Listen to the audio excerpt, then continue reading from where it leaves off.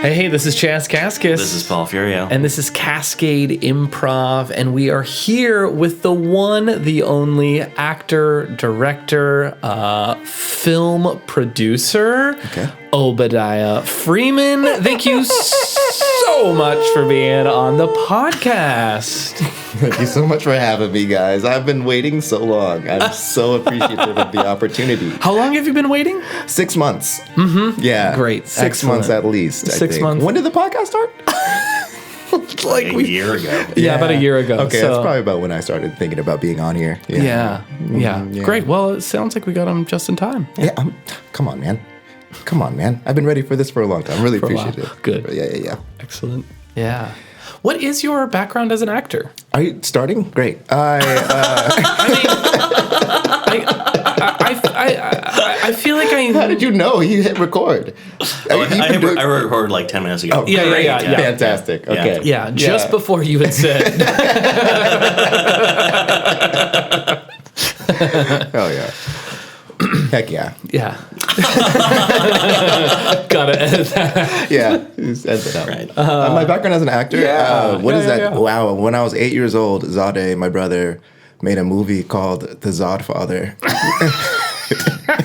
Is Zade the oldest? No, he's the middle, which makes... Oh, that's right. Yeah. Okay, I did actually know that. Yeah. He made a movie called The Zodfather, and I got to play a waiter. Because you are the youngest, though, right? Yeah, I am the youngest. And then my older brother, Otieno, he played like the Don, I think. Mm-hmm. And then our cousin Isaiah, but not the same Isaiah. Okay. Played the other Don. It was like one scene that I can remember. One father and many Dons and a waiter. Yeah. It was like in the corner of our breakfast room with like these hot lights. I'm gonna edit that out too. These super hot lights. Because this is like 2003, so you know LEDs weren't, I guess, on set, or at least we couldn't rent them from the high school we took them from. Anyway, I poured some water. I think I said, "Yes, sir." Mm-hmm. I don't remember exactly what I said, but that was my first acting experience. Yeah, that was your IMDb. That's on there. It's The SAG Zodfather, 2003. Yeah. SAG card. I was FICOR at that point. Yeah. It was great. I remember just being like, wow, we can just play. Because we always played. We made up stories and stuff. We used to, like, if Dragon Ball Z ended, then we would continue the story, like make stuff up on the trampoline out back. Yeah. And, that was the first time we recorded a story. And it was just like, wow, you can record this stuff and watch it again and enjoy it forever. That's really cool to me. Yeah, and that's the beginning of the background. Yeah. You know? It's a big background, though, I guess. Because aren't we always acting? Sure. I mean, in one way or another, buddy. In one way or another. You guys looked at me like, no. I'm being for real. Oh, no. No, I wanted to say, on my way here, I was listening to a wonderful album by Otieno Terry called Blackberry. Mm-hmm. That's all I wanted to say. Good. Okay. Thank you. Thank you for the plug. Yeah. He thanks you. They thank you for the plug. That's my brother, yeah. Just dropped on Monday. Oh, did it? Yeah. How many other performers are in your family? Performers. They all perform. They just don't do it on stage. My grandma was super funny, and I think that just sort of disseminated into everybody. Yeah. She's just like a Southern woman who just took, like a no-nonsense woman who was just like 4'11", 5 feet, and just a powerhouse, man. So there was nothing that she could say that wasn't funny, even though she was like mad sometimes. It's just like, oh, there's grandma, you know? And so I think putting humor into everything came out of that for all of us. I just got to do it on stage the most because, I mean, all my brothers invested so much into me. I'm being the youngest of 5. Sure. I think I first of all got the best version of my parents. I think they figured it out. They finally got it right. Yeah. Nah, my brothers are great. They invested so much of their like good energy into me, and I think like that just turned me into the artist I am. Yeah. They perform. OT performs live music and recorded studio albums. He's the second one now, and Zade performs at UP at UP. And Sekou and Coyote. Sekou's done a few duos, and they were awesome. I don't know why he doesn't do more. And then Coyote I don't think I've ever seen him on stage, but he's probably the best improviser.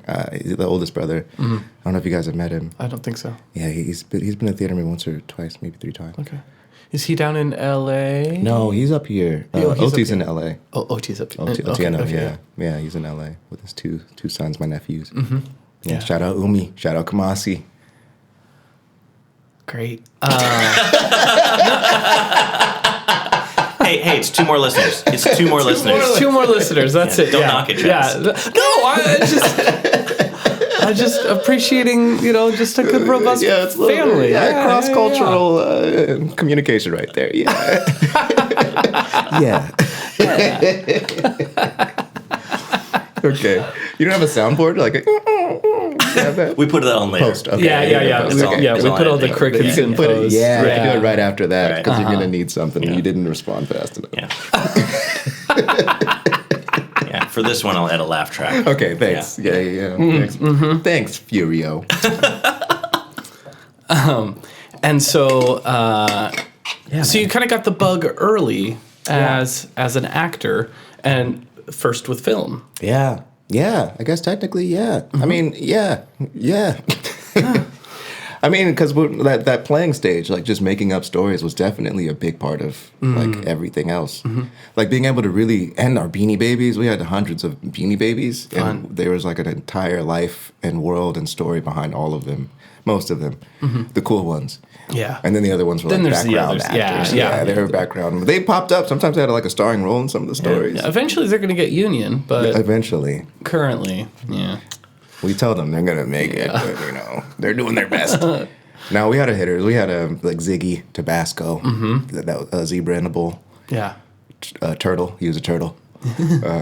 Miracle, he was a little Grover. That was my guy. There's just a bunch. Hopkins. These are real people in my head because of how we were so invested in their stories and who they are, and they had like powers like Pokemon. Mm-hmm. It's just a really robust world. So I think like puppeting, I guess, was kind of the first way, but that storytelling bug is always in what we do, as performers. When was it?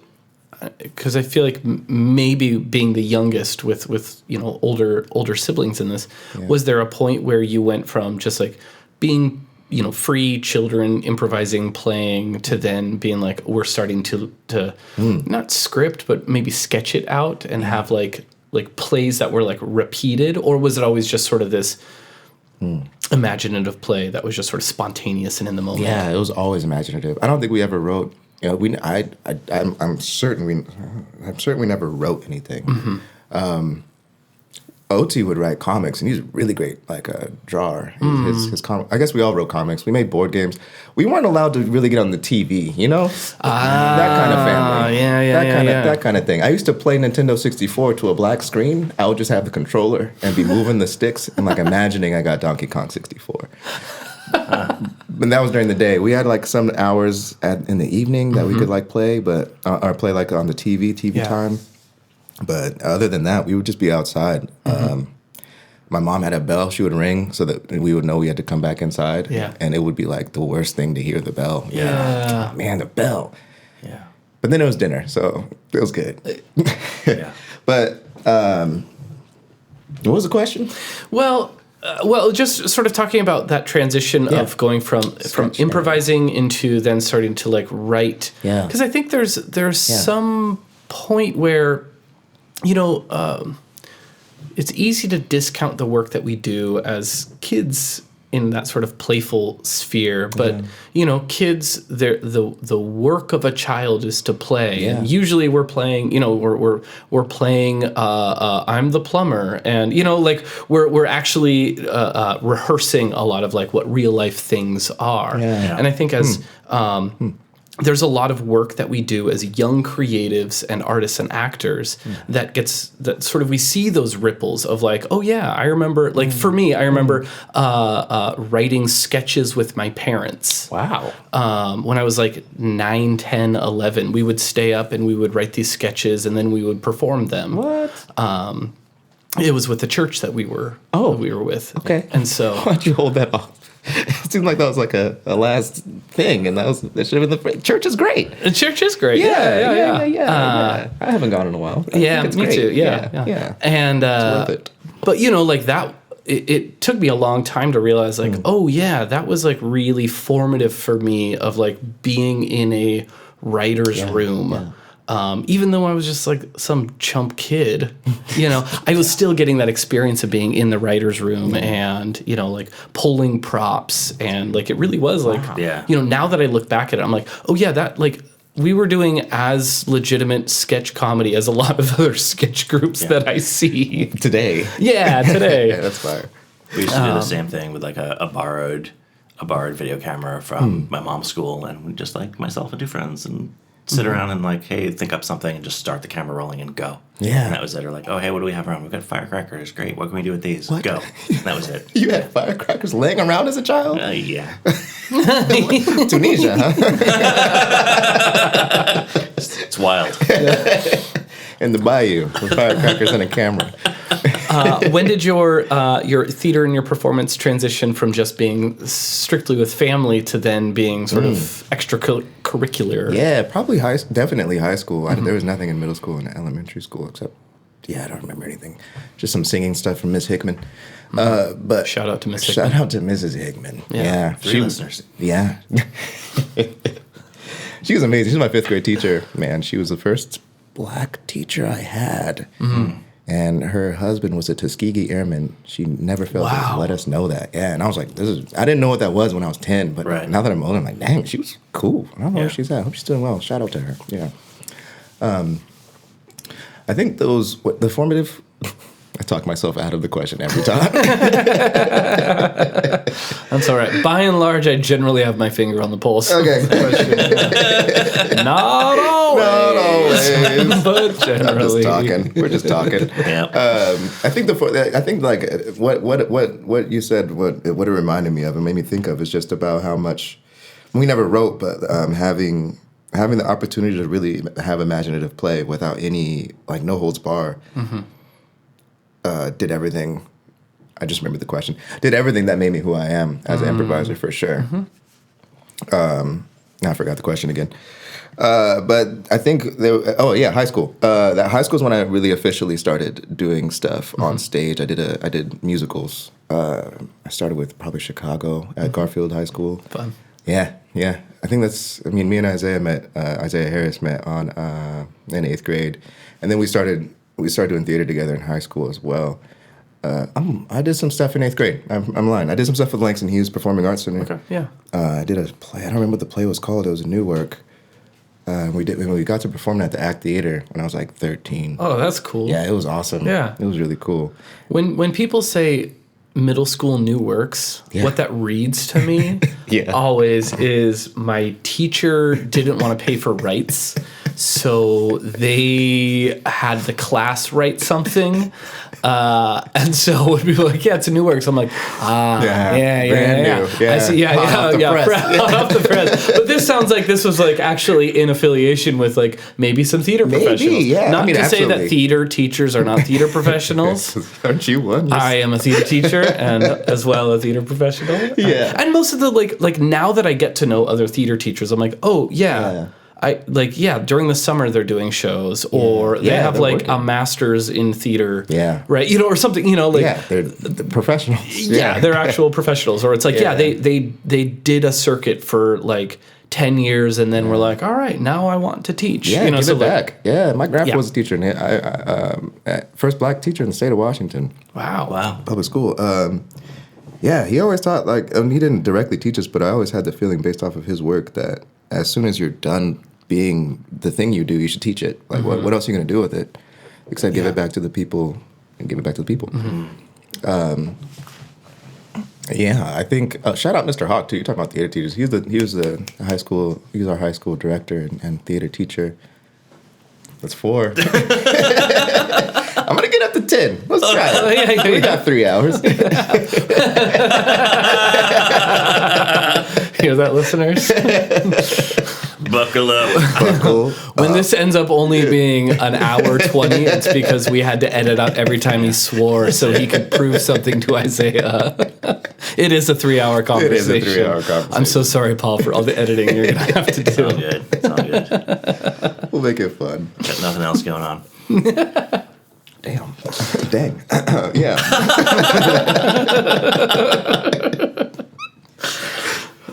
Yeah. Oh, so we did Chicago, did West Side Story and Hairspray. I think I missed one of the years. Maybe I missed the first year and started with Chicago.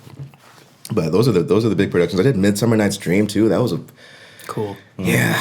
I'm not a big fan of Shakespeare. I think that's why I'm not a big fan of Shakespeare is that play. Yeah. I had a great time doing it, but I just didn't really get the sense that it was like the iambic pentameter or whatever. Pentameter. Yeah. Did you sing? Did you sing in musicals? Yeah, I did. I sang in I sang in the ensemble. Oh, okay. I never got I think my first role was a doctor in Chicago on stage in a musical. And and if you've seen the play recently, the line for the doctor is yes. And that's the part. Were you on book for it still? I was. Yeah. And my understudy was right there next to me, waiting for me to get sick.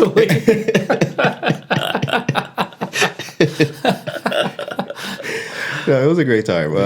But I sang in ensemble mostly. I don't consider myself a singer. I mean, because that's disrespectful to the profession. My brother's a singer. But I sing on stage for yucks, for cool. yucks. Yeah, yeah. But West Side Story, I was a jet, right? Yeah, I was a jet. Americans, because we didn't have enough Puerto Rican people to play Puerto Ricans. So it was like the Americans versus the Latinos. I don't know what we were doing with that play. It was high school. Yeah. It was a great time. I was Diesel. I got to be lifted in the judge scene. Anyway, yeah, I did theater in high school, and then there was a couple with Ben Ligis. He was our first improv teacher, technically. Yeah, literally. Yeah, and he's still teaching improv at Garfield. Is he? He is, yeah. Oh, okay. Yeah, I see him at UP sometimes. Yeah. Man, he's a fantastic teacher. Such a good energy, good soul, good spirit, and just he embodies improv. Yeah. Shout out to Improv Good Vibes. Shout out Ben Ligis. Yeah, it was Tuesdays after school, so I missed that a lot. But I went plenty of times and had a good time. And then we went to someone's house and did it too. I remember just doing like spurts of improv, but more theater, more like long form narrative theater and musical theater. We did a scene from Pulp Fiction. I think that was another thing in the black box. That was interesting. Mint Julep, I think we did that too. I did theater. I was a theater kid, for sure. And you, at some point in time, I do know that you were doing a lot of film work and sort of, you were working with an organization teaching acting for film? Yeah. I had a nonprofit called Real Youth. That's right. Yeah. Yeah, I was a creative director of that and a founder. It was and is, it's an entity now, but it was at the time an organization with the structure of bringing children in from areas and from places where they wouldn't otherwise have the opportunity to learn film, bring them into a space where they could just make movies over and over and over again. Oh, cool. Yeah, so on Mondays, I developed this curriculum. Like on Monday, you just give them a camera, let them run around. Yeah. And then you see what they make, and then you start to fine-tune like the skills that it takes to create a film throughout the week. And it was just such a great curriculum. Acting was part of it.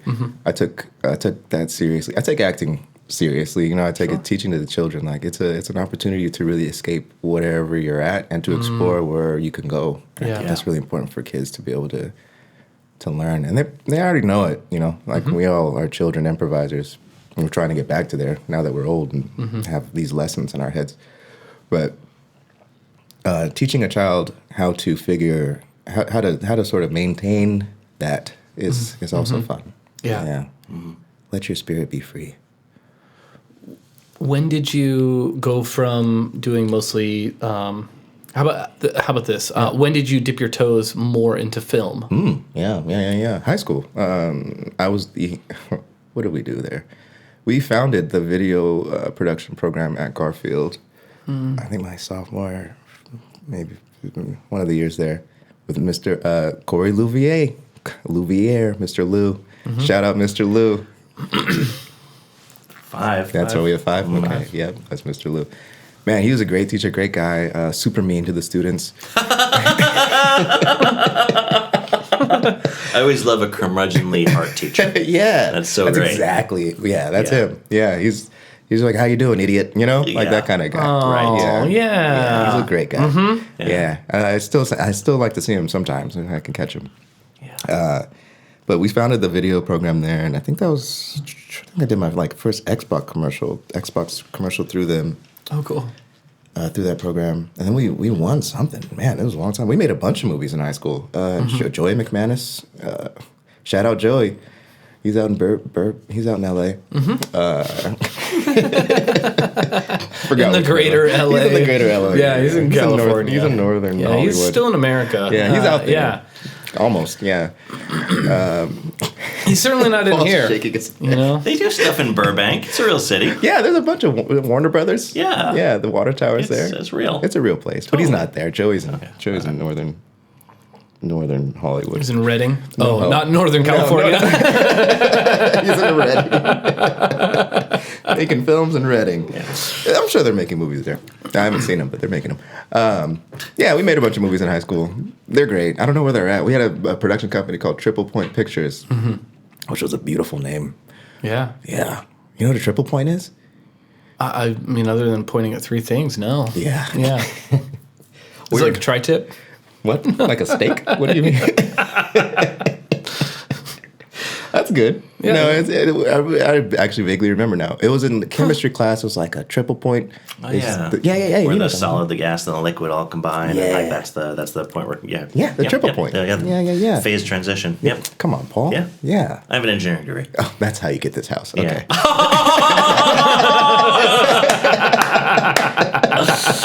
And scene.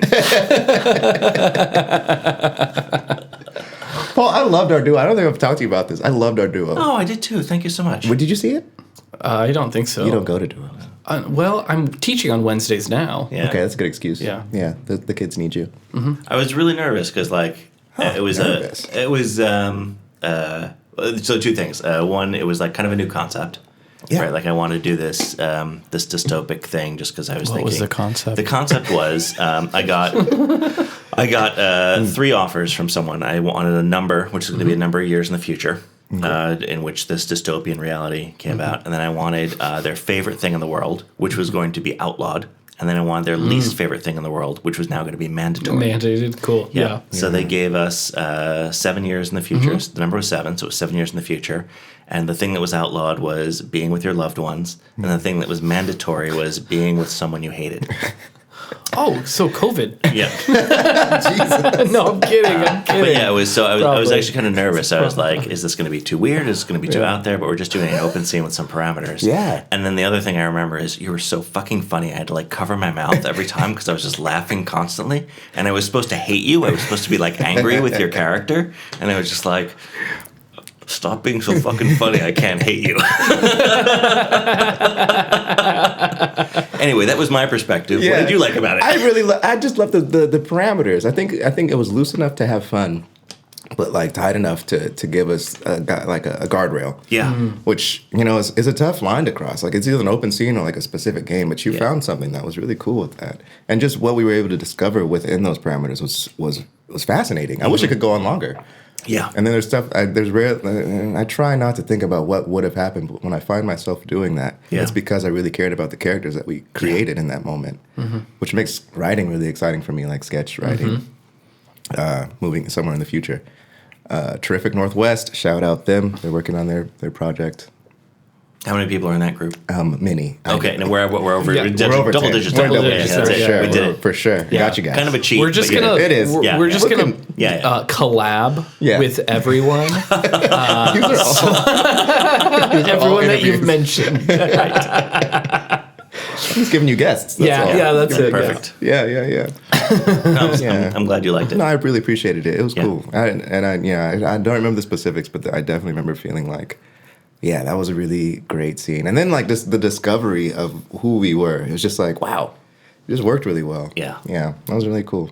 I think I was sleeping with your wife. You had slept with my wife. Yeah. And I was really angry about it. Yeah. I think I kept trying to bring back the we can't be around the people that we love bit. Oh, this is in the improv scene. Jazz. Yeah. We're talking about a scene. We're talking about a scene. Yeah. I'm not currently married. And there's a reason for that. Okay, hey man, I'm sorry. Shut up, Marie. She's my fiance. She's not my wife yet. Oh my god. Yeah. Funny. Oh my god. It was really fun. Yeah, man. It was fast. It was fast. It was like I just like how quick we were with. Yeah. Quick but slow, right? Like we took our time with the scene. Yeah. But it was just it was snappy. It was fun to do. Yeah. Yeah. I'll hop up with you anytime. Yeah, me too. Yeah. Back with you. Yeah. Back with you. Yeah, time dilation is definitely a thing when it's a good scene. Yeah. It's like, wow, I'm just in this, and then it's over. Yeah. And then there's the opposite. When you're in a scene, it's like, oh my god, I can't wait till this is over. In the back Lights. of your head. Lights. There's a reason people keep asking me to do tech. It's the best when the lights go down. It's the best. Yeah. An improv scene can never end too early. Yeah. But it can always end too late. Yeah. Big time. Yeah. Rapid scenes, man. That's why I love it. Let's get it over with. Yeah. Yep. Yeah. Hit the beats and let it go. Yep. A military helicopter. They're coming for you. Nah, they're not gonna get me. Yeah. I would never be in a house like this. I don't even know to look here. Some white guy lives there. We can move on. Nah, he's black. He wouldn't be in. Moving on. Yeah, we can pass this neighborhood here. Green Lake, I think not. Yeah, no, it's not a black lake. This is Crown Hill. It's very diverse. Crown Hill, what a name. At what point did you find improv sort of as we know and practice it now? Like, obviously, we all had imaginative play to a degree or another. Yeah, but when did you come to improv as we're practicing? Man, now? it was Chelsea Blackwell. Now her name. Shout out Chelsea, man. Shout out Chelsea. Chelsea. Chelsea, I was 700 now. We're at 700. Susie could teach it. Yeah. You said that sketch group was a big ensemble. I rounded that up to 699. Good for them. Well, we had 5 before that. So That's right. Yeah, so 695, therefore. Therefore. Engineering degree. Gotta get one of those. But you actually took classes with Ben, you were saying. Yeah. That probably was where the structure came from for me. And then Ben's class. Going back, I didn't really consider that improv. It was just funny. It kind of was just like an extension. Shout out to Ben.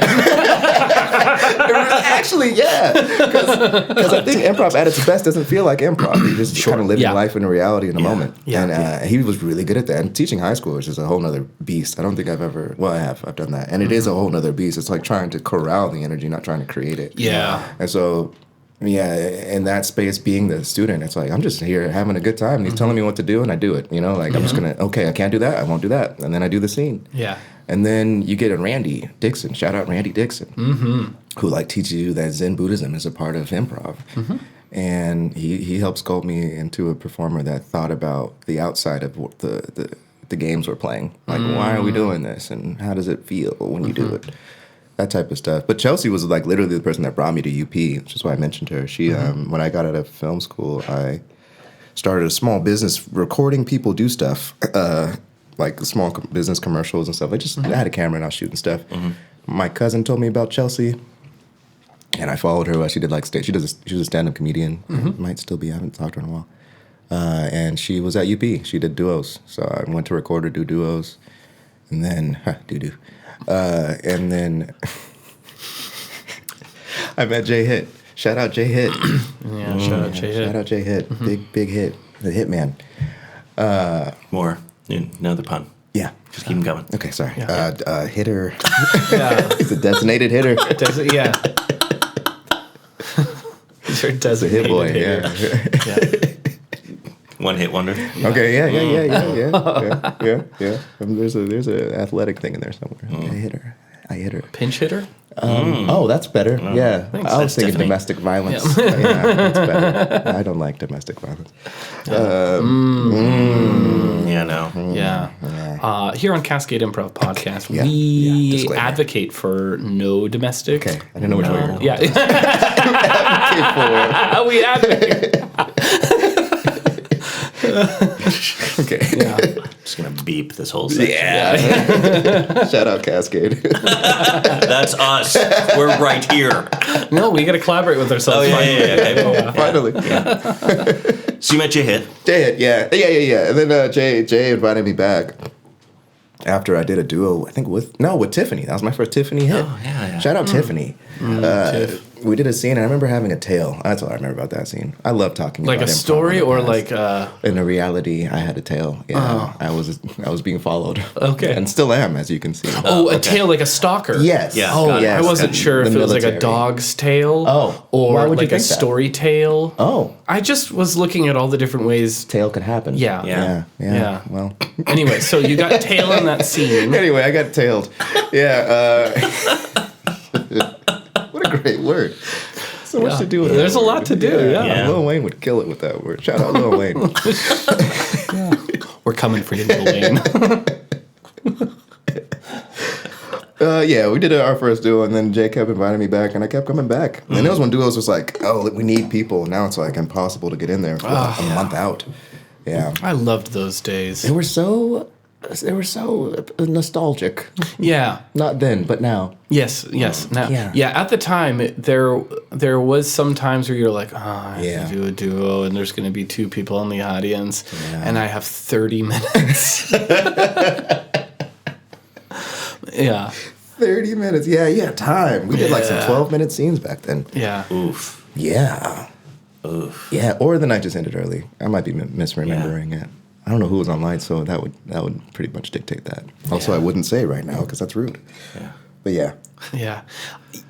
Yeah, Duos has gone through so many different iterations, and I really, really love where it is at now, Yeah, where absolutely. it has such Shout out Shannon. a community Yes. around it, and Yeah.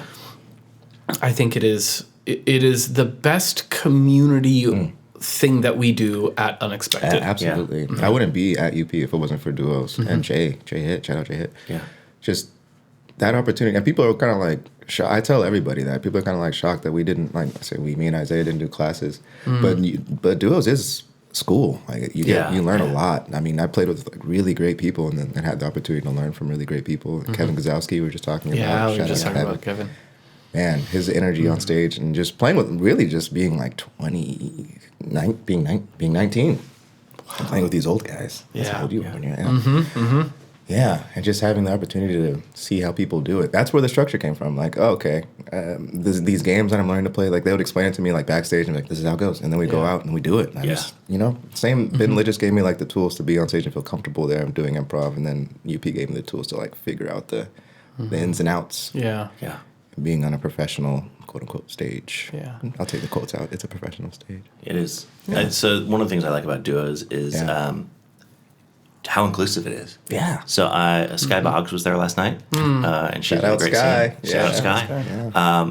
People I auditioned with for other shows have like started coming to duos, and people I know from other theaters are like, oh yeah, I need to show up at UP to watch duos or to do duos, and it feels like this nexus. Yes, duos. It feels like this nexus of just that's the thing people want to come to because it's one, participatory, and two, they can just go see the swath of talent that's in Seattle. Yeah. It might be I think it is the only like regular jam that happens. I think so. For the city in improv space. Especially at a theater with lights and there's a full team behind it. Yeah.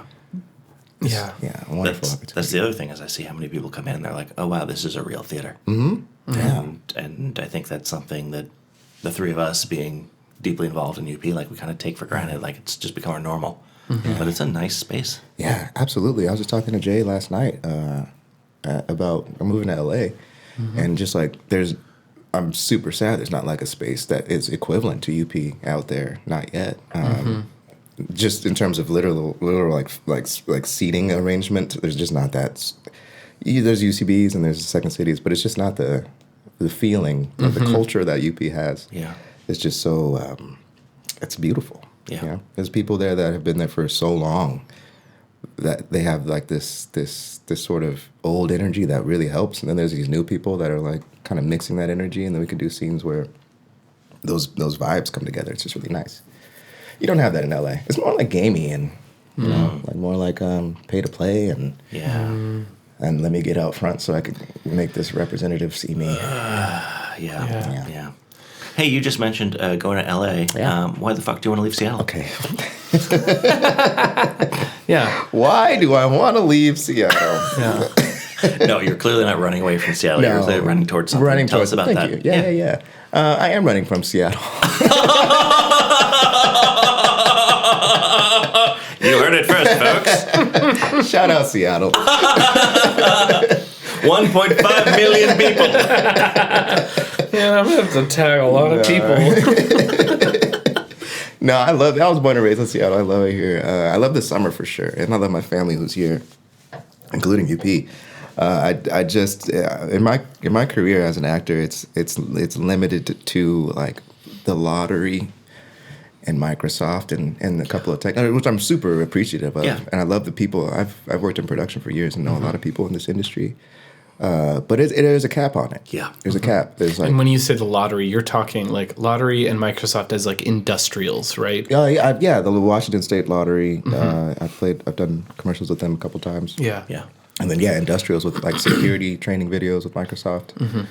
Those are fun projects with fun people. There's just not a lot of narrative storytelling happening up here. Yeah. There's just not a lot of money for it, or like interest in it, and also being out and like talking to people, or even like cutting hair. Like it's tech. You know, tech is what people are talking about. If you're in DC at a bar, people are talking about politics. Yep. And in LA, it's actors. Yeah. Some musicians, and I just want to be around that energy. Like it is what I'm running towards. It's like sort of that more creative flow. I love nerds, like people who nerd out about stuff. That's why I really love Randy. Shout out Randy again. Like it was almost annoying, you know, almost annoying how deep it got. Yeah. And then the workshops would just be so long. But looking back, like I really appreciate what that did for me now. Like there is a patience that it takes. There is like a persistence of patience and like a respect that's due to the art form. Yeah. No, what was that, Jazz? I was just down in Portland, and I was hanging out with Domika Parker. Shout out to Mika. Shout out to Mika. And we were, I saw her show, her Wes Anderson inspired show. So fun. Deep End Theater just does great work. Yeah. If you happen to be down in Portland, I would highly recommend going to Deep End Theater, seeing some of their work. But I saw that, and afterwards, Domika and I were grabbing drinks, and I was there for the International Improv Symposium. And that was really, really fun. Got to take a bunch of really great workshops. Yeah. And Randy taught a workshop down there. Oh, wow. And apparently he hung out with Domika, like, I think it was like the next morning. It was like the morning he was leaving. Yeah. He hung out with Domika and he goes, yeah, I was, sorry. I can't not do my Randy impression. I apologize.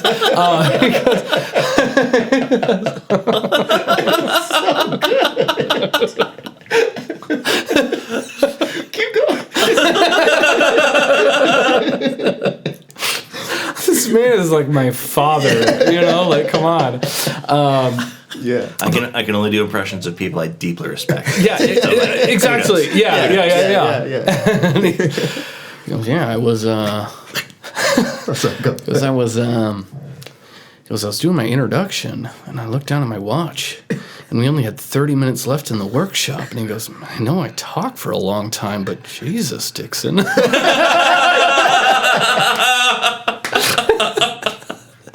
D'Amica. And D'Amica and I, oh my God, so many of us have talked about how Randy will just, I mean, we did a 3-hour, we had to make it a 2-parter. Yeah. Randy could go on.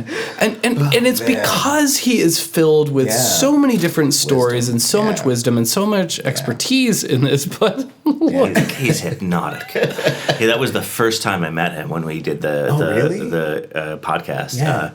Up here in this room, right now I'm remodeling the where I usually do it. We did up here for him, and 2.5 hours in, I was like, "Oh my God, has it been that long?" It's just like this is fascinating. Yeah, this is fascinating. And then by hour 3, I was like, I think I'm gonna pass out. Yeah. That's how workshops were too. Yeah, that's exactly it. But that's exactly it. But a lovely time. I mean, I had a notepad. I don't think I brought a notepad to workshop in a while because we're playing more. Sure. Yeah. We're on stage a lot more. But that wisdom. I hope he wrote. I hope he's writing. I would love to read a book by him, or at least watch an interview. Yeah. By him and Jill. And maybe Tony one day. Shout out Jill and Tony. Yeah. We're going to have Tony back at the 1-year mark of his artistic director. Wow. Bringing people back already. Well, we had him right before he transitioned to become artistic director. Yeah. So we want to get the feed on how was the first year? Yeah, I wonder how that's going to go. Yeah, I know. Yeah. He's doing great. It's a lot. It's a lot. It's a lot.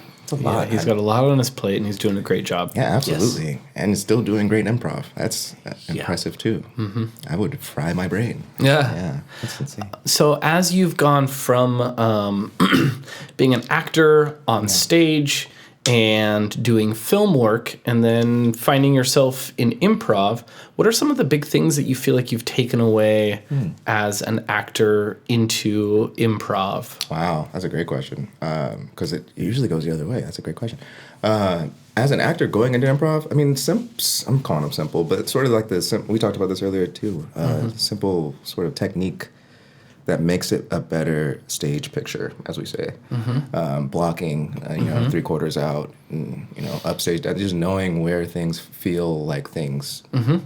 I think that's been really beneficial. I did a show, Kim's Convenience, by Inns Choi. Shout out Inns Choi. And at Tapper Theater in 2019. We don't know the number anymore. And the incredible cast of people. That was a really great show. And then I remember coming and doing duos when I had time because it was a rigorous theater schedule, and being able to come and do duos was impossible. Is that the show you had corners for? It is. Yeah, I remember that. Yeah. I don't know why that just came. That's crazy. Yeah, but I didn't know you knew what cornrows are, Chaz. I know. I may be white. We're not idiots here. Come on. Well, speak for yourself. Speak for yourself. You're the engineer.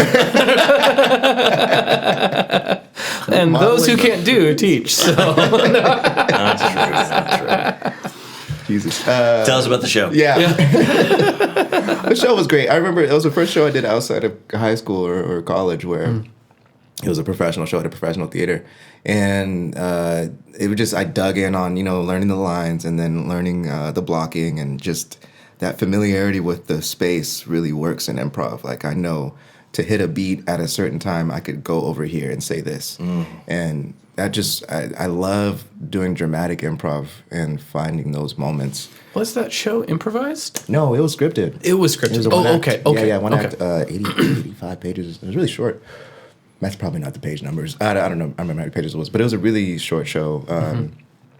And it was condensed, and it was really well done and beautiful. I got to play 4 characters, which is why I had the cornrows. I was shooting a movie called Mr. Bleachers, and it hasn't come out yet. Shout out Tim Carpenter, the director, great guy. Just waiting for the movie to come out. Yeah. And I had afro. Never mind. No, go ahead. What were we going to say? That was 2019. Yeah, it was 2019. That was 2019. Wow. We shot it 2018. We shot the rest in 2021, maybe 22. Anyway, post-COVID. COVID happened. Shout out COVID. And what? Where was I? We're talking about the The show. Yeah. It's been a long day, y'all. The things that you learned as an actor. Yeah. It was a narrative form, and just having the opportunity to play taking the moments playing 4 characters. I had cornrows. For that reason, and I had like 4 wigs. That was the whole story. On that thing, I had 4 wigs, so I had to change my hair all the time. But also playing those 4 characters, 4? Yeah, 4. That was probably 4 characters, and just having the opportunity to blend my mind like that, it kind of transferred into improv. It's just like, you're never anybody. You're always somebody, and that's really the joy of it all for me. Yeah. I guess at the end of the day, that's where the blend comes. You just talked about blocking and like where you're standing on stage and the emotional power of that. Yeah. And I'm wondering, like, how do you as a performer avoid maybe using the same blocking as a crutch? So, for example, I, as a relatively newer improviser, I will. God, I hate this about myself. I will almost always walk to stage left over by the musicians and like cross my arms if I like mean to be dramatic. And I realize I do that scene after scene after scene to the point where it's like, it annoys you. It annoys me. Wow. And I need to change it up. I don't think anyone else notices, but like it's a thing that like, oh, here's my go-to for this. Like, how do you use blocking and make sure that you're cognizant of not just having this like bag of tricks that you constantly reach into and like, well, here's the 3 things I do, and that's it. I absolutely have a bag of tricks that I go to. I think I think you're a wonderful improviser. First of all, thank you so much. I really enjoy working with you, and seeing you play is really it's a joy, that. and I mean that. Thank you, honestly, because there's people I don't like to see play. We don't need to name names. No, we don't need to. Shout out them though. Shout out, shout them out. It's very few. Thank you. It's very few. Thank you. I appreciate it. Yeah, I appreciate you, man. Thanks. Yeah, I think I would keep doing it. I do a thing where I always get a cup of water if I don't know what to do. You'll see it now. Okay. And I'll see you now. But it's something I think it's in our heads. Yeah, when I hear you laugh in the audience and I'm out there, I'm like, oh, he noticed. Obadiah saw and he noticed. Oh my, we were talking about you laughing in the audience. Who was I talking to? Just like that. Paul's in the audience tonight. Yep. But you're laughing at the bones of a show, and not at what's happening. It's like the only laugh is you. I love that. Thank you so much. So one, like many people have called out, like, oh yeah, Paul, you have a unique laugh. I love when I hear it. I feel good when I'm on stage. Yeah. The thing I've noticed about my laugh is like I will laugh 2 seconds before everyone else in the audience because I'm like, I know it's coming. Yeah. Ha ha ha ha. And then everyone else catches up, and I'm just like, you idiots. Your internal voice is hella mean to you. You have no idea. No, stop that. No, because so you have a bag of tricks. I do have a bag of tricks. Yeah. I do have a bag of tricks. I do want to say one thing about your laugh one more time. Yeah, there was a show that we did. It was Isaiah Harris versus Tennessee Williams. And that was just last week. That was just last week. Yeah. And I mean, I've never read Tennessee Williams, so I was going in just like it was Obadiah Freeman and Isaiah Harris versus Tennessee Williams at that point because I had no idea what I was doing. Sure. And I didn't know that we were dressing up. I didn't know there was costumes involved, and when I walked out in my a long sleeve gray shirt and jeans with the chucks on, and I heard your laugh, I thought that was why. I was like, okay, he sees that I didn't prepare, and it's only Paul laughing. It's just like the intro; everybody's quiet. It was sweet. I think there was something about your character that was really funny, or maybe your poise. I think the only costume I laughed at was Susie Simpkins. Oh, because she had a denim jumpsuit. No, denim.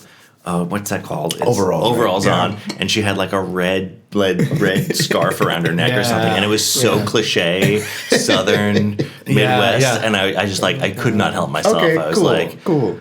Oh, Susie. Yeah. You weren't laughing at me. Good. No, That's my inner voice. No. Yeah. No, I think it was something like your poise and just who you were as a character. I appreciate that. I found it charming and hilarious. I really loved that show. It was a fun show. It was a fun show. Yeah, there's that drama stuff, and using the blocking there was really fun and effective. Billsy, man, shout out Billsy. That was great. We had a great a 2-person scene that was really effective. Yeah, and present.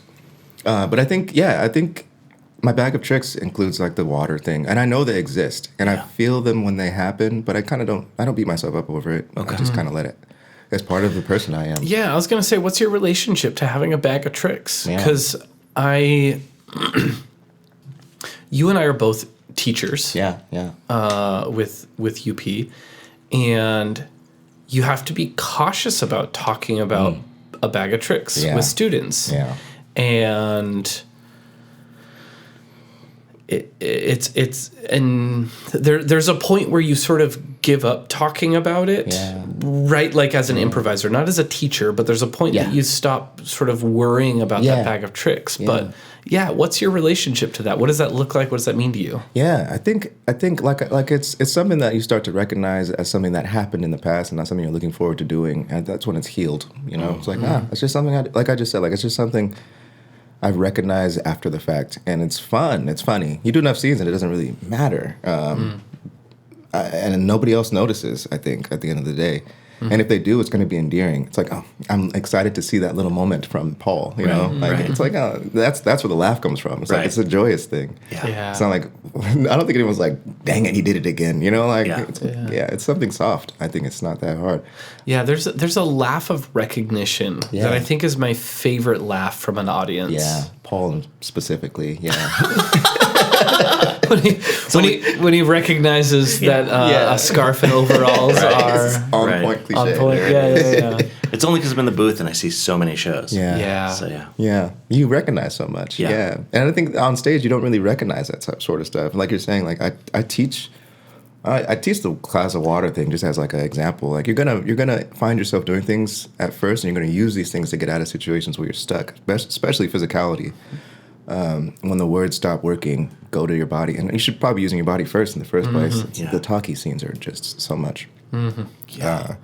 But finding those things out is going to be something after the fact. And if you keep using them, it's fine. I think it's fine as long as you're not forcing it. You know, it's like if that's happening, then just let it happen. You know, right. I think so. That's interesting. One, like when you're on stage, your perspective is so different because it's moving. Like when I'm in the tech booth, like I have the same view of the stage every single time I'm up there, right? So it's like watching a television screen. So I can see like, oh, this person always does this thing on stage right, or they're always doing this or that. Like they're in the same position because I'm seeing it over and over again. But you're right. When you're on stage, like the space is fluid, and it's changing based on scene painting, based on who your partner is, based on what's going on. So it's more difficult to see it in other people. Also, you're in that slowdown time, where you're thinking, you're listening, you're performing, present, all of that is happening. And I think what you do actually is really beneficial to a lot of the shows that I've seen. I mean, people need to come down to the left. Like we got a lot of back wall playing, so maybe that's your instinct. You're feeling like, oh, this needs to be shaken up, and that's usually what needs to happen because it's two people standing there talking back and forth, or it's two people sitting there talking back and forth, middle of the stage. It's like let's shake it up. That's when I go to get a glass of water. Right. You know, I mean, it could be, you could walk any part of the stage and it'll feel better than just standing there. It's the 11s, as Cynthia Lair calls it. The 11s. Shout out Cynthia. Seen in 11s. But the bag of tricks thing, like that's something that gets taught in.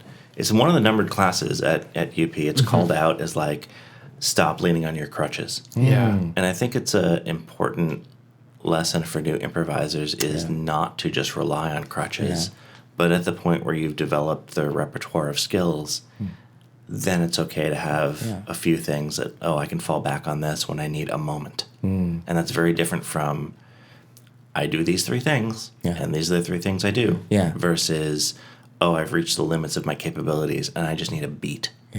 So now let me reach into the bag so I've got a beat. Yeah, it is a subtle but a true difference. Yeah, I wonder. Thank you for giving me that nod. Was like Chaz. You can talk now. To you, thank you. Yeah. Cascade Improv Podcast with Obadiah and Paul Furio. Obadiah Freeman and Paul Furio. Okay, thanks. Because my last names aren't both Furio. That's true. Not yet. Not yet. That's right. Shout out to Marie. I'm all up in his family. That's right. Sorry, Marie. Look forward to seeing you again. Shout out, Marie. That's I think the distinction that it's easy in an instinctual art form to use shorthand, and I think we mix up our shorthand sometimes, because it does feel like, as improvisers who've been doing it for a while, it does feel like a bag of tricks. Yeah. But as a teacher, if someone were to say, "Hey, do you have a bag of tricks?"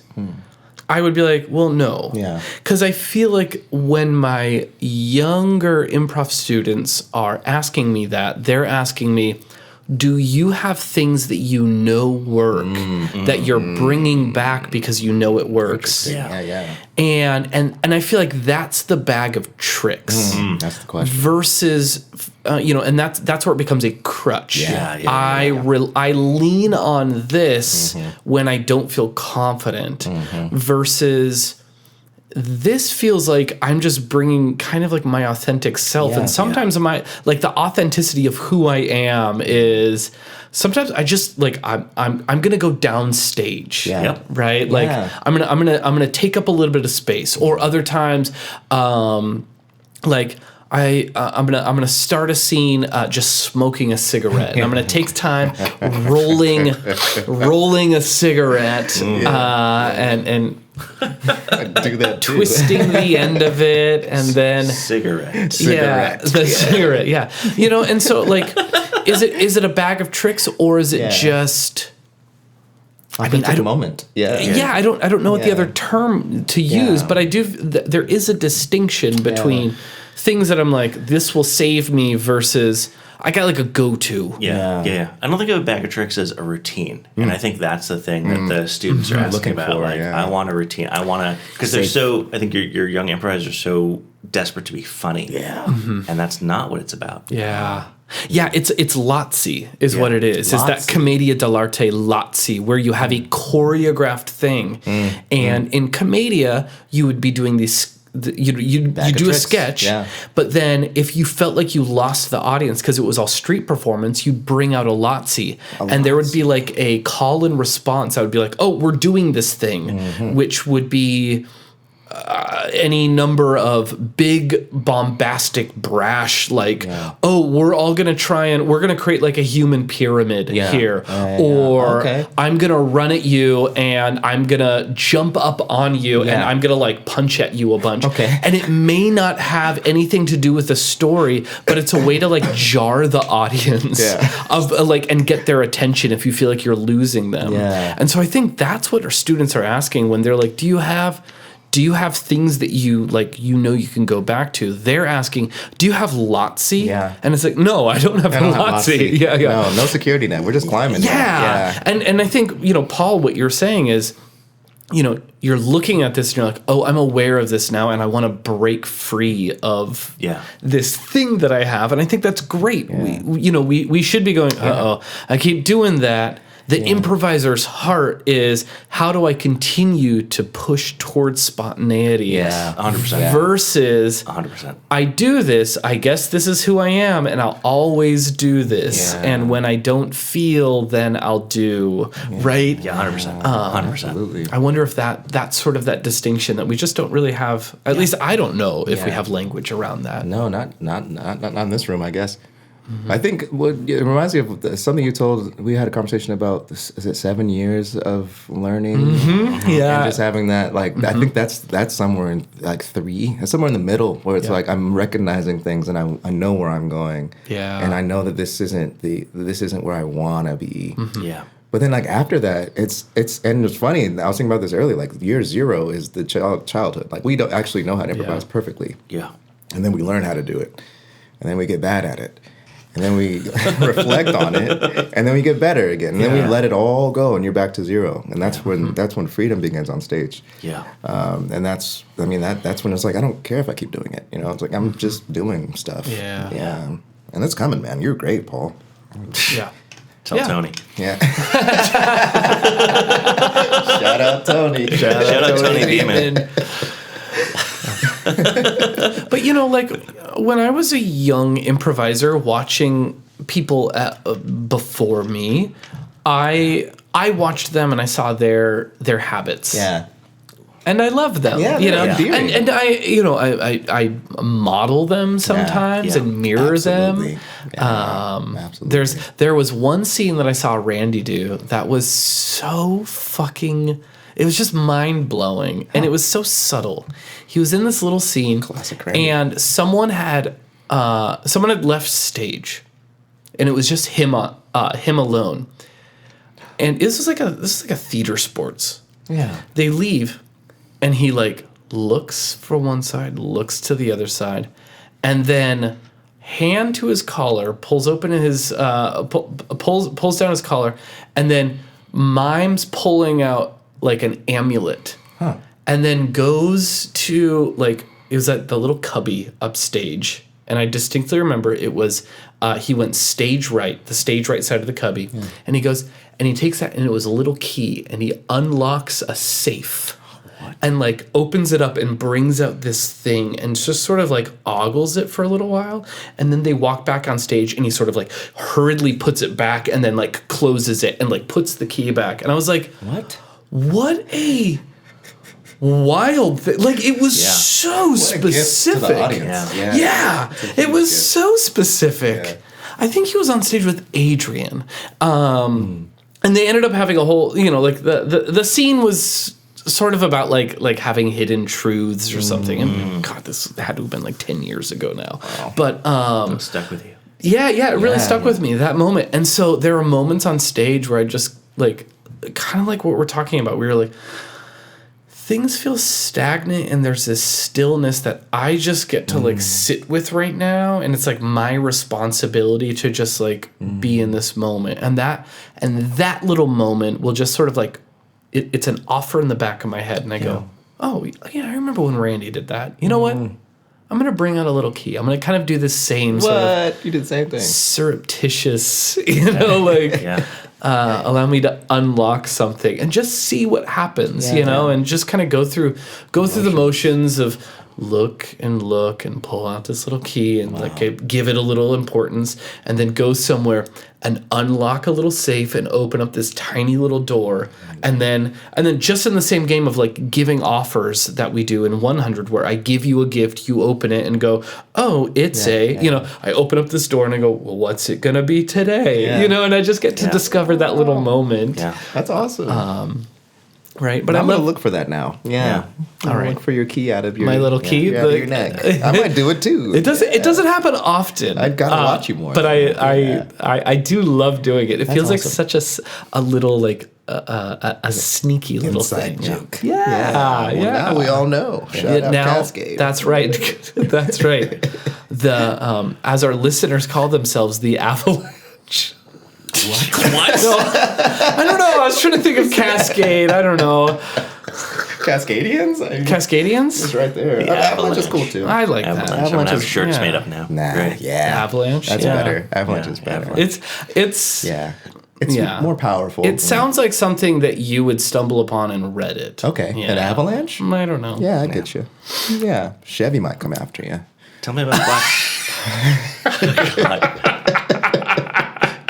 Shout out Chevy. Tell me about Black Ice. Oh, which part? Just the show in general. Yeah, Black Ice, the American sitcom. Well, it came together because there was a theater sports where all the black men were in it, and we were called Black Guys. We weren't called that. We were like Black Guys. We're the Black Guys, and Jay was like Black Ice. I don't remember how it came together. Yeah, improv history. Yeah, you know, it's oral one. And then we did a live. Oh man, it was 18. That's an old show. I don't remember when we first did it, but it was a really brilliantly put together show by Jay. And we started with really like interesting like social commentary work. Norman Lear did a lot of that in the work that he produced, and having these moments. I mean, where it was deeply touching and deeply just it felt conscious. It had a heartbeat to it. And the guests made it so much more rich as well, like robust. Then we stopped getting social issues a while ago. It's more of like a comedy now. Yeah. It leans more comedy, which is also fun. It's just a very different show. And man, playing with Cliff Barnes, shout out Cliff, and Hey Queen. man, they having them on board really changed the dynamic in a lot of ways. Having stand-ups is fun. Like playing with stand-ups is like, I don't know, it's like it's a wealth of gifts in terms of like opportunities to improvise because they're giving you so much. It's like rapid fire. Yeah, stand-ups are such and improvisers. Yeah. Right. We saddle ourselves oftentimes with yes improvisers, people who hear and they go, yeah, I love that. Yeah. And they're sort of asking you to drive a little bit, right? It's very much the Seattle way. Yeah. But I think that's also like a lot of like actors, like improvisers who want to be doing theater end up being a lot of those and improvisers. Yeah, I want to sit in this moment here. Yeah. And it's like, oh, we got to kind of push forward at some point in time. Yeah. But I think those stand-ups are a lot of those and improvisers. Where like, yeah, that was a great idea. What about this also? And it's like they forget that yes part. Yeah. And the idea is we're really trying to come back together as those yes and improvisers. Yeah. I heard what you said, and I want to build upon what you had said, right? Yeah. And I think that's that highlight that you're saying of like those stand-up improvisers bring you so much. It's a wealth. It's a wealth. It's a wealth of story opportunity. Sometimes it's a lot. Sometimes it's like, how do we reel this back in? And that's fun too. That's fun too. It's just it's become such a really brilliant opportunity as a show. I think it's had a rotating cast of really great guests and regulars. I don't think it's the only show that's the only improvised long form all black cast in Seattle. I mean, it's very specific, but I'm sure there's other ones. I've talked about this on previous podcasts, but I love those shows because I grew up watching What's Happening, grew up watching Different Strokes, grew up watching all these black sitcoms that were Norman Lear back in the 80s, the very late 70s when I started watching TV. And it's just such a Thank you. Such a great show, and it pays such homage to that style. Yeah. And I like how they're both funny and touching. Yeah. And I'm going to go back to the touching point because the very first improv show I ever saw at Unexpected Productions was Four of Hearts with you, Belinda, Mark Schoen, and Jill Farris. That was the first show you saw? The very first show I saw at the Market Theater. Yeah. And it was the one where you and Belinda were like high school friends who like secretly were in love with each other, but you'd like partnered off with different people and then you wound up at the end. Man, and like chills. That was a great show. Yeah. That show, like it hit me emotionally. Yeah. It was like I was like, oh, this is not just yuck comedy. Yeah. These are like very, very good actors being very real. Wow, thank you for that. That means so much. That was such a great cast and Tony's direction. I really love that show, man. I think I did that show the first time with Randy a while back. But that show, it's exactly that. It offered that dramatic opportunity. I think maybe one of the first show I did that was like really dramatic first. And having that, and what Mark Schoen says, shout out Mark,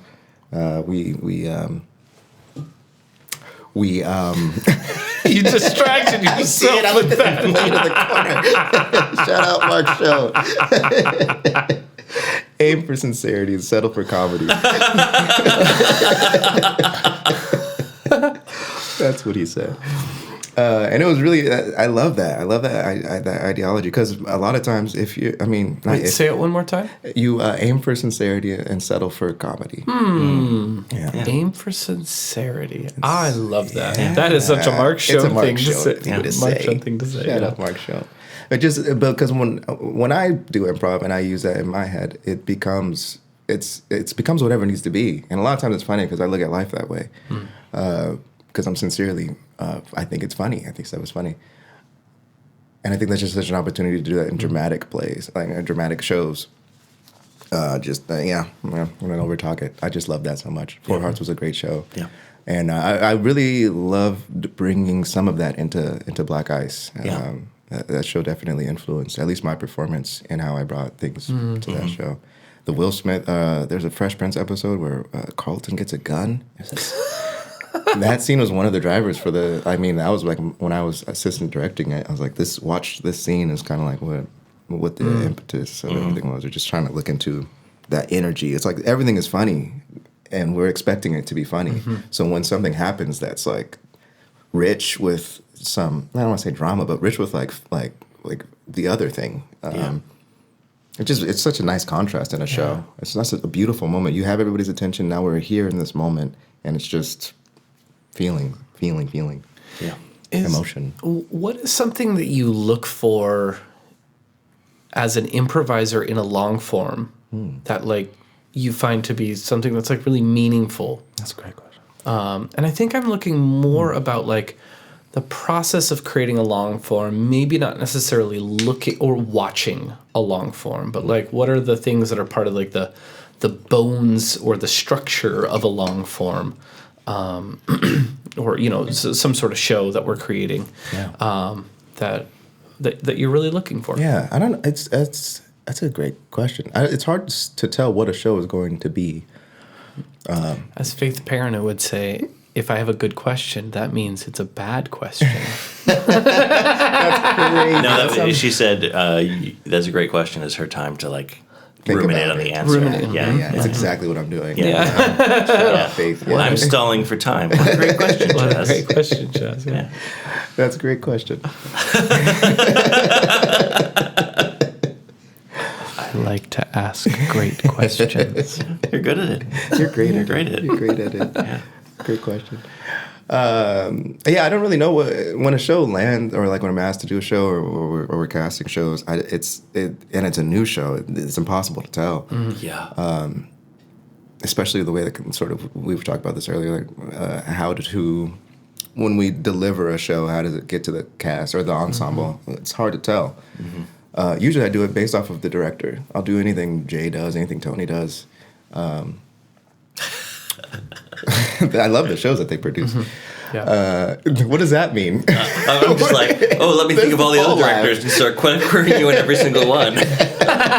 So what do you think about this director? What do you think about that director? In terms of long form unexpected productions in the last 2 years, those guys are the only ones I've done shows for. Mark Schoen had a show that I wasn't. It was a game show. Oh yeah, okay. Mm-hmm. Are you talking about Funny You Should Say That? Yeah, Funny You Should Say That. It was a sketch show. Not a game show. Yeah. Mm-hmm. Thinking about the other one. Yeah, I missed the rehearsals on that one, so I didn't do it. I would do his show though. He was great. I mean, I would do a lot of shows, but specifically those ones I mentioned them because I'd done shows with them before, and I sort of know the direction that they would go with things. Yeah. The opportunities to do dramatic stuff within those shows are robust, so I like to do that. Yeah. I think anything that allows for a relationship to be developed. Four Hearts was just that. Yeah. Just relationship, just digging on relationship.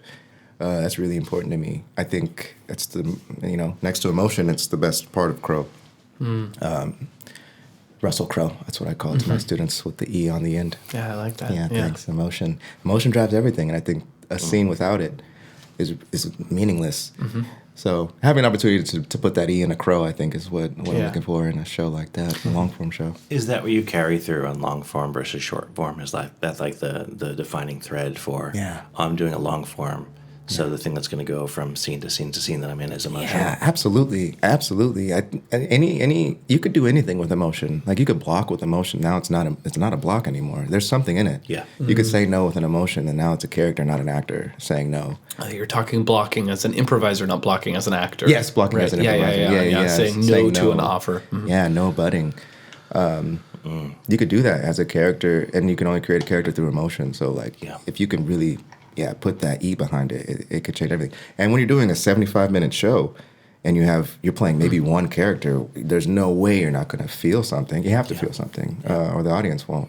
And it's not your responsibility how the audience feels, but to have a good time in a long form, I think you find a way for that character to become really alive. Yeah, but you act as an avatar for audience members. Not all of them, but some of them. Sure. They connect with you, and so when you go through emotional change, they then feel free to go through emotional change with you. And so you become that conduit and that avatar to where they go, I'm feeling with you. Yeah. Yeah, so you don't control what they're feeling, but there is a moment where, and I think this is that perniciousness of an improviser who then blocks emotion, who says no, I'm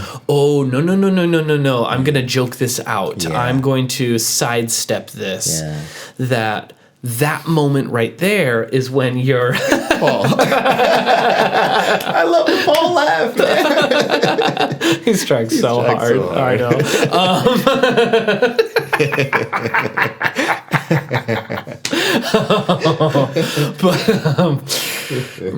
Performers who are blocking. Yes, go on. Yeah. Right. Yeah. When you block that emotional moment and you joke something out and you sort of sidestep the emotionality of a scene, I think that's when you rob the audience of being able to join you in that. And instead, what we ended up teaching them is something getting too heavy? Make a fucking joke about it. Do your bag of tricks. Right, go to your bag of tricks. Yeah. Lotsy, baby. What were you laughing about, Paul? Nothing. I know some performers who block emotion. Yeah, some? Yeah. Sometimes it's me. You know, sometimes you're in the moment and it's like, I don't want to feel that, and you let it rip or don't. Mm-hmm. It's very rare nowadays, but I definitely, like, on a sad day, I'm like, I don't want to be sad, so I'm not going to do sad. Mm. But on the days where I am sad and I do sad, I feel better. I think it's important to really lean into the emotion. For sure. Yeah. The jokes are easy. Like, it's already gonna be funny. We're settling for that. Like, let's just be honest. How does and we've already invited joy into the room. Right. So the other emotions are welcome. Yeah. It was just today that I read a quote that was, joy is the matriarch of other emotions. Wow. And it will not show up if its children are not allowed. And it was this idea of, you can tell someone's emotionally stunted when they have a limited amount of joy in their life. Wow, that's crazy. Well, I know, right? Yeah. And so, I heard that and I was like, I got to think about it. And so now, like 90 minutes later, now I'm talking about it in something that will be made permanent. Cool. So, welcome to my process, friends. Yeah. Shout out permanence. Improv is not therapy. But, hearing that earlier and now in reflection to this conversation, like, joy was welcomed in. And in the same way that, like, when you visit your friend who has a newborn baby, they're like 3 months old, and you visit your friend, you can't just go up to the baby and be like, oh my God, hi. The baby's like, you're a stranger. I don't want anything to fucking do with you. Yeah. But if mom or dad comes up and gives you a big hug and talks with you, baby's like, oh, yeah, all right. Yeah. It's an okay person. Yeah. I don't know if right? And so it's that same way of, like, we've invited joy into the room, so all these other emotions get to be there. Yeah. Right? We've earned the trust of the audience by saying, no, this is fun. We're having a good time. Yeah. Let's take some steps. Let's invite some other people on into the room. Yeah. But we've seen that when someone's like, I want to do dramatic improv, and the first thing they do is they're like, I have terminal cancer. And it's like, first offer of the night. Can I get a room in the house? Yeah, bathroom. Excellent.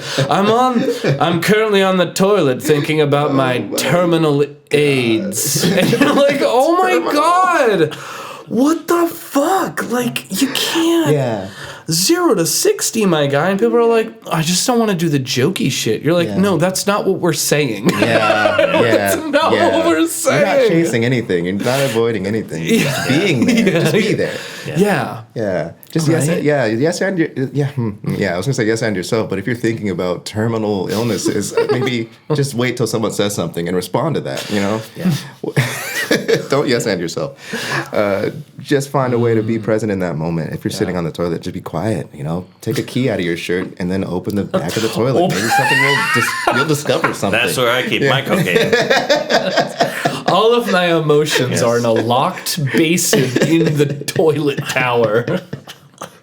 You never know what could happen if you let it happen. Just discover something. That's true. Trying to make something happen on stage is crazy. Why are you doing something? Stop doing stuff. Let stuff happen. That's fascinating. Yeah, I had a thought, but I lost it. So I'll let it go. ADHD, baby. ADHD. The big D. Yeah. How much time? You good on time, to Paul? Yeah. I'm happy. Yeah, we got an hour and a half left. We're an hour and 21 minutes in. Wow, it's flying by. Yeah. It's the dilation. I'm happy to keep talking. I'm happy to keep going. I am dilated right now. What does that mean? My cervix is dilated. Oh. I'm sorry. Edit that out. No, You won't. You won't, will you? Are you feeling it? Yeah. You're not even showing, Chaz. Yeah. Thank you. That's right. It's not showtime yet. What? Opening night. Okay. Okay, Jess. You're a teacher with UP, Yeah, Obadiah. I am. And so you've been teaching 100 for a little while, Yeah, I and taught you are now teaching a 300 level class, correct? Yeah. I taught 100 in 2022, and then now I'm teaching 300 for the first time. Okay. Yeah. Great. And 300, I feel like 300 is sort of when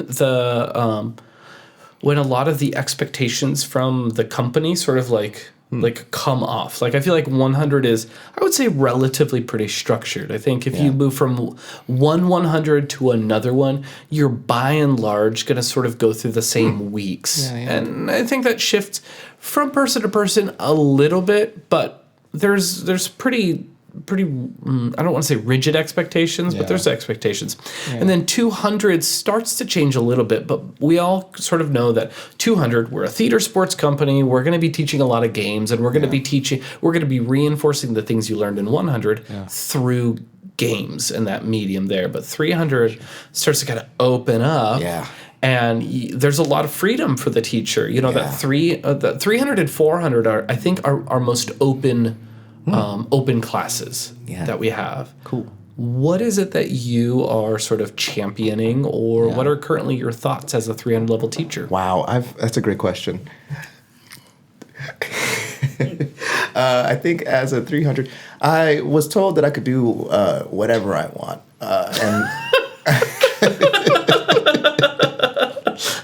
and that's really exciting for me. It is. Yeah, it's really exciting because 100 was great, and I think it's one of the most fun classes to teach, and I've heard that a lot from teachers as well. And I really got it when I started teaching 300, and yes, on Tuesday taught both at once, and seeing the dynamic, it was really fun. I had a great time. But seeing the dynamic and the difference in like just I don't want to say quality, but the quality of thought, I guess, how people were thinking about improv was so different. And so the approach of the instructor is like it feels required to like meet them there. Yeah.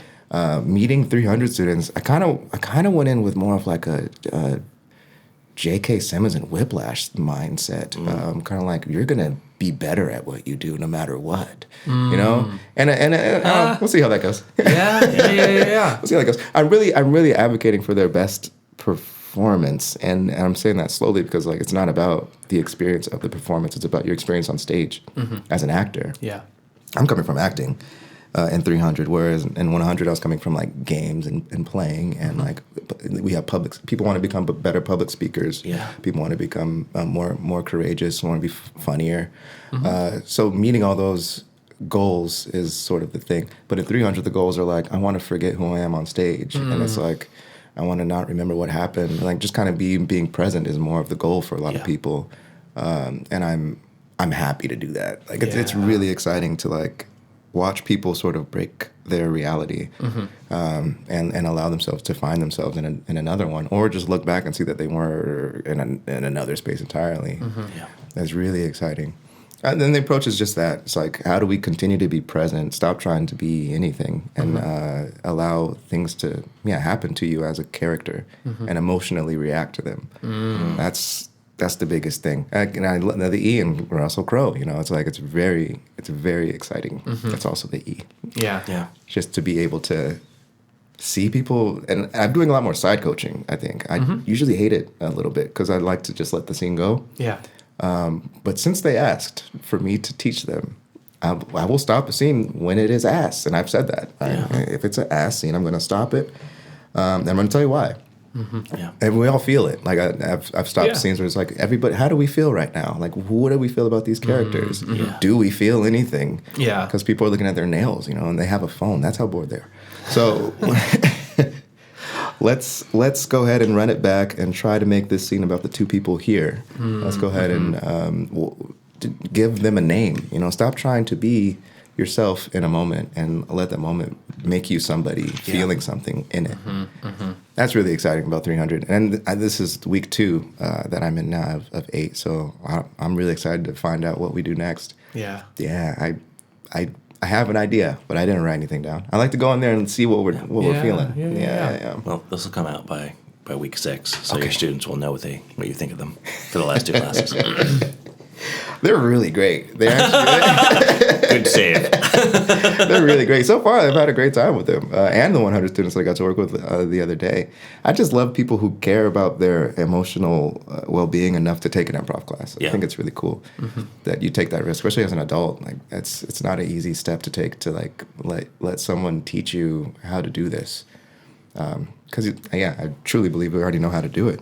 So giving someone the opportunity to instruct you to what I consider freedom is like really beautiful. And is there a lesson that you got from a teacher or maybe another improviser that you think like really pivoted how you thought about being on stage? That's a great question. Thank you. I ask them too once in a while. Nice. Usually it's this guy's job and I'm just jokey, but you know.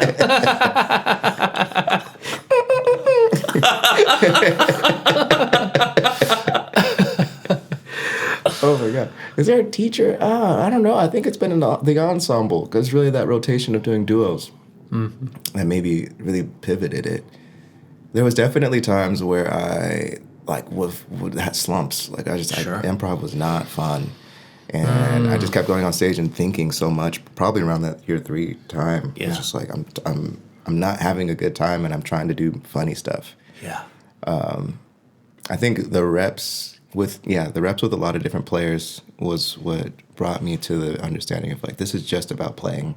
Yep. Especially playing with so many different people. That's what duos was really beautiful for. And just like I remember early on like talking to people before and knowing people and just kind of getting to know them and catching their humor off stage. And just knowing that is what's going to work between us on stage. Like I see exactly who you are and I love it. So let's do that. And not it's a thin line, you know. I'm not playing myself and you're not playing yourself, but we know what's funny together. Yeah. We know and that's kind of where I start. That's how you can be sincere first. You know, it's like I go up there sincerely knowing that what we have between us is humorous, so I don't need to be funny. I just need to be what we were when we were talking outside, or what we were last week when we were just hanging out. Like that energy brought onto stage is the magic. That's also why we don't really warm up. You know, warm-ups are a little funny for me. It's recorded now. No, it's okay. Yeah, warm-ups. Yeah, tell me about your relationship to warm-ups. That's a great question. I hate them. No, I don't hate them. I think they're important some nights, but I don't. I think that there's a better way to warm up in your personal life, and I think people show up cold, and that's why they need a warm up. But there's a way to live your life where you're warm, and so if you are able to find that, that's the magic that the warm up is looking for. If you can do that in your life, and it's not always easy. So that's why I say like some nights I need to warm up, especially if I'm working with people who are cold, because we're going to go on stage with that energy. But in general, it feels like it's forcing an energy where that's never what we do. What is the difference for you between being warm and cold? Yeah. Man, connection, I think, is like cold is you're in your first circle, you know? Cynthia Lair, shout out Cynthia. It's just, you have this, that's a great question. We're going to have to start getting a great question kind of. Yeah. I'm just going to have a Shout tally. out great questions. Yeah. 3rd season, Chaz is now at how many great questions? Right. That's why you're host number 1. Yeah, I think the difference is, it's just the temperature, you know. That's how it feels. It's just, it's if I show up and I'm ready to play, and my heart is full of whatever, joy, anger, whatever, I'm ready to play in that. And that's the warmth. Cold is like, I don't want to be here. And I don't, and it's not a conscious thing. It's kind of like, I'm going to show up on stage and not be present because of that. I mean, I've gotten cold on stage after being warm. Sure. You caught a suggestion that like irked you, and it's like, I don't want to do that one. Yeah. You know? That's happened. And so getting back to that, I've talked to Dom, shout out Dom, about how do you get back to that warmth while on stage? Like, how do you warm up on stage? And we found a pretty cool answer, I think. Just finding yourself back to zero, becoming a kid again. Just like really let the show happen to you. If you're out there, you don't know what to do, maybe just you do your bag of tricks, you walk out, break the mold a little bit, shake up what you're doing, get into your head, get out of your head. It's kind of it's a blurry difference, but it's one that's fluctuating all the time, that warm and cold. You said there's some shows where you definitely do warm-ups, and there's some where you don't. There's like there a qualifier for that? Yeah, it's not necessarily the shows, necessarily. It's more the people. Okay. There's some people I do warm-ups with more often than others. Mostly because they get mad if I'm not there. Shout out them. Shout out punctual people. No, I'm there. I'm just not in the warm up. Yeah. I hear you. I forgot the question. I guess the people, the difference between what was the question? When do you feel like, I have to do this warm up versus no, I'm good. Yeah. I can just slide into the scene and I'm good. Yeah. That's a good question. Sorry. I'm not sorry. That's fine. I'm happy. Finding out that people are having a bad day, I think maybe will be that. I'm kind of forcing the answer now. It just kind of sometimes I just walk in there and see the vibe. If it's hot back there, I won't go. It's kind of a subtle thing. Yeah. The energy back there is odd. Sometimes it can be warm and stuffy back in that green room. Yeah. If it's just hot, I'm like, I don't want to do it. Kind of, it's all improv, you know? Like, I'm going to go walk back there and see how I feel. And then if I'm brought to it, or if they're playing a fun game, I'm like, let's do it, you know? And then kind of keep that energy throughout. That's the warm-up. Like, where do I feel like I'm feeling like playing? And then take that on stage. I find if the expectation for me is like high energy and fast. Yeah. Like if I know I'm going to be doing a Herald or something. Oh, okay. Like, okay, I want to ramp it up. Wow. So I'm like energized. Or if I'm doing Shakespeare with my Shakespeare troupe. Yeah. All right, let's do 10 minutes of like these and thous and. Wow. You have a Shakespeare troupe? I do. I didn't know that. I was talking. But the rest of the time, like, no, it's fine. I don't mind. Okay. It's like it's not everyone's bag. That's okay. Yeah. But I get it. I get it for like, because sometimes most duos, I don't do warm ups anymore. I forgot there were warm ups for duos. Yeah. I just like because half the time I'm doing lights. Yeah. So I just do my lights for most of the night, and then someone else takes over, and I run down and roll onto the stage, and we just do it, and that's it. Yeah. I think they're really beneficial. Like for duos for sure. Yeah. I think for newer improvisers. Yeah.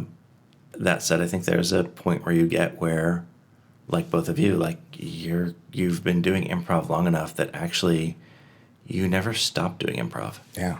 Like improv just becomes your everyday life, and you're kind of always in that mindset. And then there are shows you can do where you can just swap into it, and you're just there. But I think for a lot of newer improvisers, it's very important to like make that transition, because they're not there. That's yet. A great point. Yeah. I think there are qualities that you need to. For me, I teach that there's qualities you need to find in yourself to know that you're warmed up. And I know for me, when I walk into the theater, and let's say I had to fight traffic and I felt like I was late and I couldn't find parking around the market. Yeah. I'm like, I need to ground myself because I'm feeling frazzled. Yeah. And there have been shows where I was so late and I was texting people. I was like, oh my God, I'm so sorry. It was Torchlight Parade. Oh. Shout out Torchlight Parade. And I didn't make it until curtain. I literally walk in and I drop my backpack backstage and I'm walking on stage. Oh my God. Right? Like, I've done shows like that, and that feels bad. My energy is just so frazzled. Yeah. And it takes me like 2 or 3 scenes to feel like I'm like grounded and leveled out. Yeah. So there's that. But then there's times where it's like, I had a long day. I had a bad day. I took a nap. And I took a nap and longer than I wanted to. Yeah. And I didn't have time to get myself back energized. And I like woke up from a nap. I was like, oh fuck, I'm like gonna be late. I'm gonna like run down to the theater. Yeah. And so I like get there, and I get there on time. But then I'm just like feeling groggy still. Yeah, definitely. Like those are times where I'm like, hey, I need to warm up. Yeah. Right. Or I need to do something to center and ground myself and get myself to that equilibrium. Yeah. But like you said, Paul, there's a lot of times where I walk backstage and I'm like, I'm okay. I know that people are around me. I feel okay. Yeah.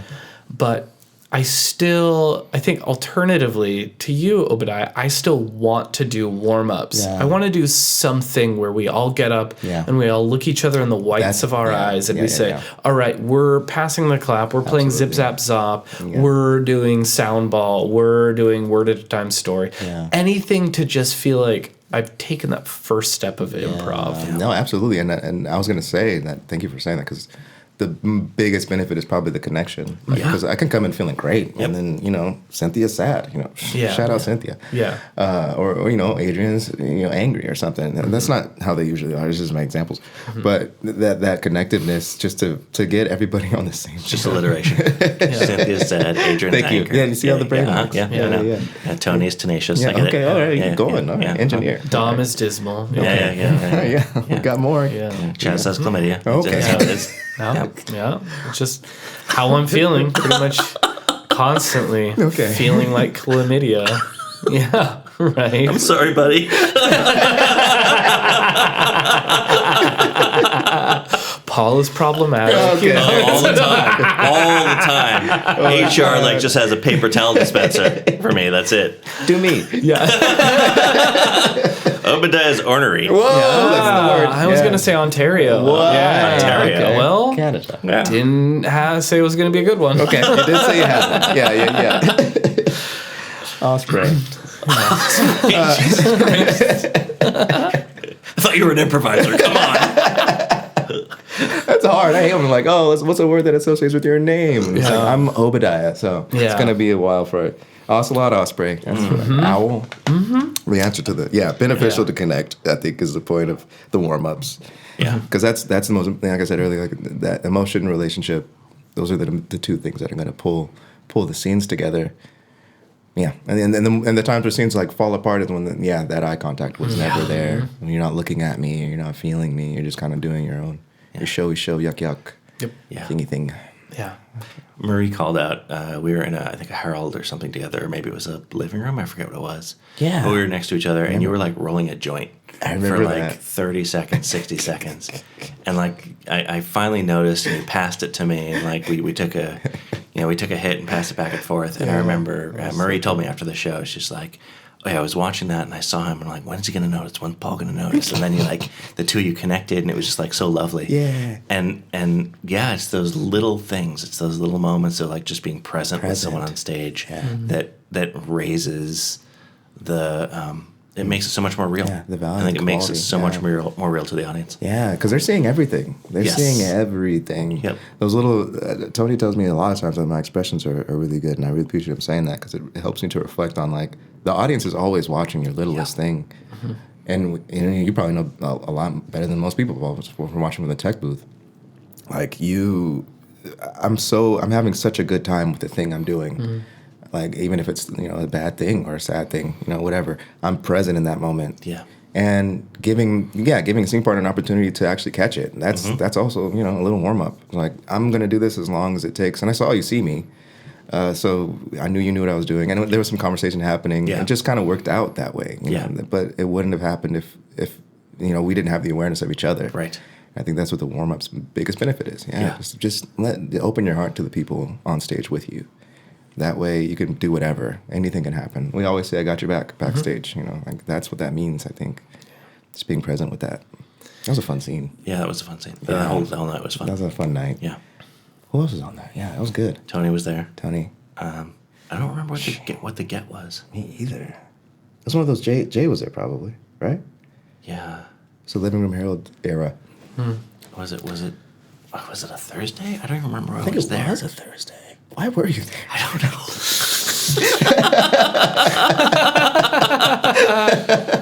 It It wasn't technically speaking. I don't know. Beautifully done. It's a blur at this point. Yeah, good. Yeah. Good. That is good. Yeah, that's how it should be. Yeah. Obadiah, you are such a subtle improviser. And by subtle, I mean you don't cake things on to a scene. They're just so nice and organic. And it feels, the choices that you make generally feel effortless. And when they don't feel effortless, they feel coy. And I think those two things are really, really fun to have on stage. The emotion, not the fish. Okay, thank you. I was confused. Thank you, Cole. Yeah. Like, speak slower. Yeah. I didn't mean to catfish you. I'm sorry. And just I fish had for catfish just earlier. compliments. Jesus, Yeah. Took me to school there. Yeah. Yes, you're a coy performer. Thank you. Coy. I'm thoughtful. And is there a moment on stage where you feel like you have overdone it? Yes. What does that feel like? What does that look like? How do you avoid that? Yeah, I don't avoid it. Now, I took a workshop with Ken Hall. Shout out Ken. And in Winnipeg, and he taught me. He taught us clowning. I mean, we did like a workshop on clowning, and like this idea of like once you do something, the audience laughs. Yeah. Push it. Keep doing it until it's not funny. And up to that point, I was taught, sort of the Dixon style or the UP original, where it's like you're not looking for the joke. Yeah. But a way to mix the two is like, it's really fun, like I'm not gonna, I will overdo this because I'm present with it. I'm not trying to make it funny. I'm just being sincere about what I'm doing. A lot of mime work is like that too, where it's like something happens and it could be threes, it could be fives, it could be sevens. We're just gonna do this thing over and over and over again with more emotion. That's gonna make it texture it more. So like I'm trying to roll a joint and I'm slipping up. I'm breaking it. I'm gonna roll another one. I broke that one. Roll another. No, and 3 people are probably seeing it and laughing, but everybody else is enjoying the rest of the good show, and I'm doing my bullshit over here, and that. But I'm having fun. I'm present with it, and I'm with those 3 people or whatever. That's the purpose of the moment. I think it's just to be present with it and to have sincerity with it. There's a show that we did, Mouth Wide Shut. I remember distinctly because I was cutting a cake. And I took my time with this cake. Like I opened the drawer, I took the knife out, I put it on the counter, I closed the drawer, I opened the cabinet, I got like the cake out of the cabinet, I don't know, put it on the counter, picked the knife up, and I was just taking my time. And Jay told me after the show that there was a group of hard of hearing people, like deaf people, and they just the person who brought them there was like, that was so enjoyable. Like they almost like they came to see the Mouth Wide Shut, but they were like that. The texture of that scene was so palpable. And I remember feeling that scene. I remember doing it and feeling like, oh, I'm taking way too long with this. But ever since then, and that feedback, I was like, everybody's looking, everybody's feeling, everybody's with you as long as you're with it. And that's sort of that's the yes ending yourself that I'm talking about. Like just keep, the thing is leading you somewhere. The magic of it is leading you somewhere. Go with it. Yeah. Yeah. Jess is right. You're such a great performer. It's so joyful to watch you on stage make good decisions. You have the right callbacks and the right tempo of that. You're very aware of what's going on. Thank you. And I'm kind of curious, how do you want to improve? Like what's a thing that you think about? Like, oh, I want to work on this in the next year of my life. Yeah, man. That's thank you. That's a good question. I think it's funny. It's almost like what we were talking about earlier. There's nothing to do. I think I'm at the point now, and Chaz, man, you really helped me with that 7-year thing. Just having that cycle, understanding that cycle of learning and unlearning. It is very Zen. It is very Buddhist, and it's hard. There is no improvement to make. I think I've learned all the techniques in order to teach them, not to use them. Because once you start to think about what you're doing, you're not improvising anymore. So like, I can't improve. Maybe a character will in a scene, but me as an actor, as an improviser, it's a little bit of a catch-way too. It's a little bit of like looking at the floaty thing in your eye, you can't catch it. Yeah. I know that I can be better. Like there is better out there, but it's not my responsibility as an improviser to chase it, because that's going to create something. Interesting. I don't need to create anything. Like, it's already there. Yeah. I'm pulling from a library of creativity every time I'm on stage. If I'm off stage, I'm just usually teaching it now, because learning about it really takes you away from it. That's the bug of it all. Huh. Yeah, I hope to improve in continuing to learn that, like just like doubling, tripling, quadrupling down on that, because there's scenes where I do get in my head and think about what I'm doing, and then I pull a glass of water out of the cabinet or whatever. And I really despise those nights because it makes me hate the art. It's like I feel so bad tonight. I didn't like that show. I'm thinking about the choices I should have made, and then it's yucky. So feeling present is most important, and I guess improving on my presence is how I would love to move forward. Yeah, I like what you said about I have all the tools in me already, and I'll sort of glibly tell my students that improv is a really easy thing. That I can describe. I could tell you exactly how to do improv in 15 minutes. I can teach you everything you need to know about improv in 15 minutes. It'll just take the rest of your life to figure it out. And I think that's highlighting a little bit of what you're saying there of I have all the things in me already. And what I feel when, like reflecting on Paul, your question of like, at this point in time, what are you working on? And I feel like if I'm not trying to add a tool set to my tool belt of like, I want to work more on Brecht, right? I want to work more on, Tennessee Williams is something that I want to incorporate that a little bit more. I want to. I feel like I've got some rote characters that I'm doing, and so I want to add another character in. So like. There are some of those things. I have no idea what you're talking about. He doesn't know my rote characters at all. Yeah, and I certainly don't have any. Let me tell you what's on the news tonight. Oh my God, I love that one. I do also love that one. But it's usually me realizing like, I've swayed so far from my basics. I just need to go back and drill the basics a little bit. I want to make sure that I am being conscientious of my objectives, and I want to make sure that I am having these relationships that are meaningful. I'm not just trying to get you a job. I am... these different things that I'm... what?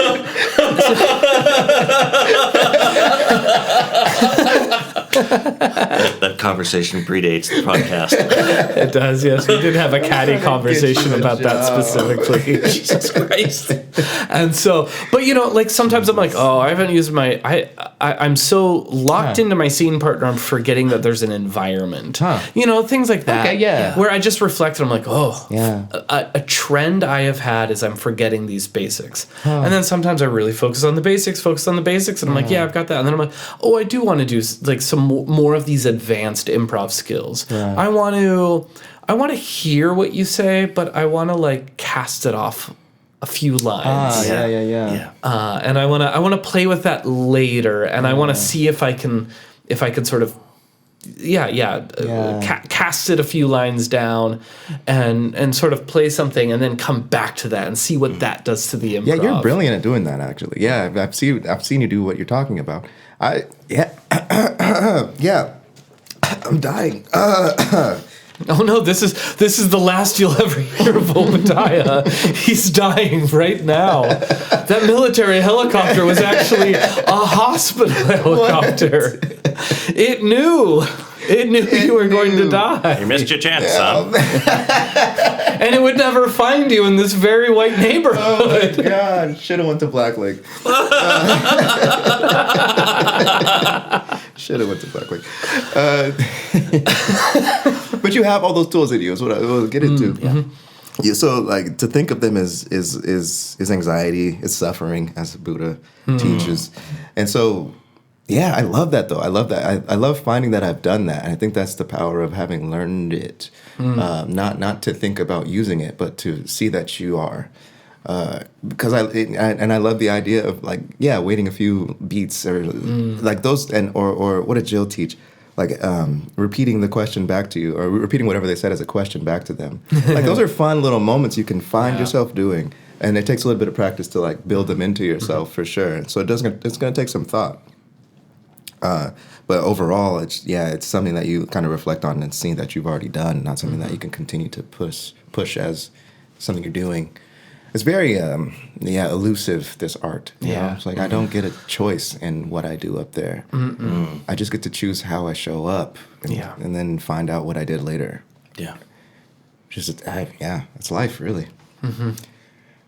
Yeah. In going on with how we show up as improvisers, we show up with all our different identities of the things that we bring in. Yeah. What has been your experience as a Black improviser? My God, it's been wonderful.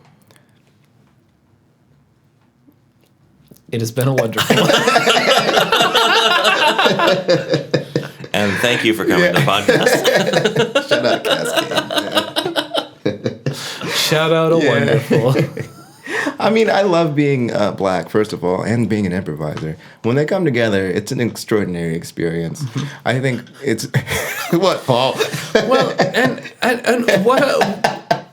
what I can't tell if you're mocking the question. Or... No, I do mean it. I was getting to my answer. That's a great question, but my version. Yeah. A nuanced answer of when those two things come together, which sort of presupposes that there's moments where they don't come together, which is wild. Yeah. Absolutely. Yeah. I mean, improv allows me to be whoever I want. Sometimes that is, an alien or, a dog or whatever. And then there's scenes where it's like, we're obviously playing with race. And I think that's really important. I think it's really important that we have the opportunity to do that, especially in a city like this where there's not a lot of Black improvisers. Having the opportunity to play with race, because improv and comedy in general is what we're settling for, allows us to shake up what's uncomfortable and allow it to be open the doors to a conversation through a softness. And so that's what I mean. It's just. It's not my responsibility, but I do find joy in doing it. And being a Black improviser, I think, is one of the ways that I'm able to. So I appreciate the opportunity to be in that role. And I've had people come up to me and tell me that seeing me on stage, inspired them to do it. And that's really a big part of my love for the game. Is getting other people to play. Especially people who didn't think that they could or were allowed or welcome. Yeah. And everybody is. Everybody is. Everybody. I'm thinking of exceptions, and there are none.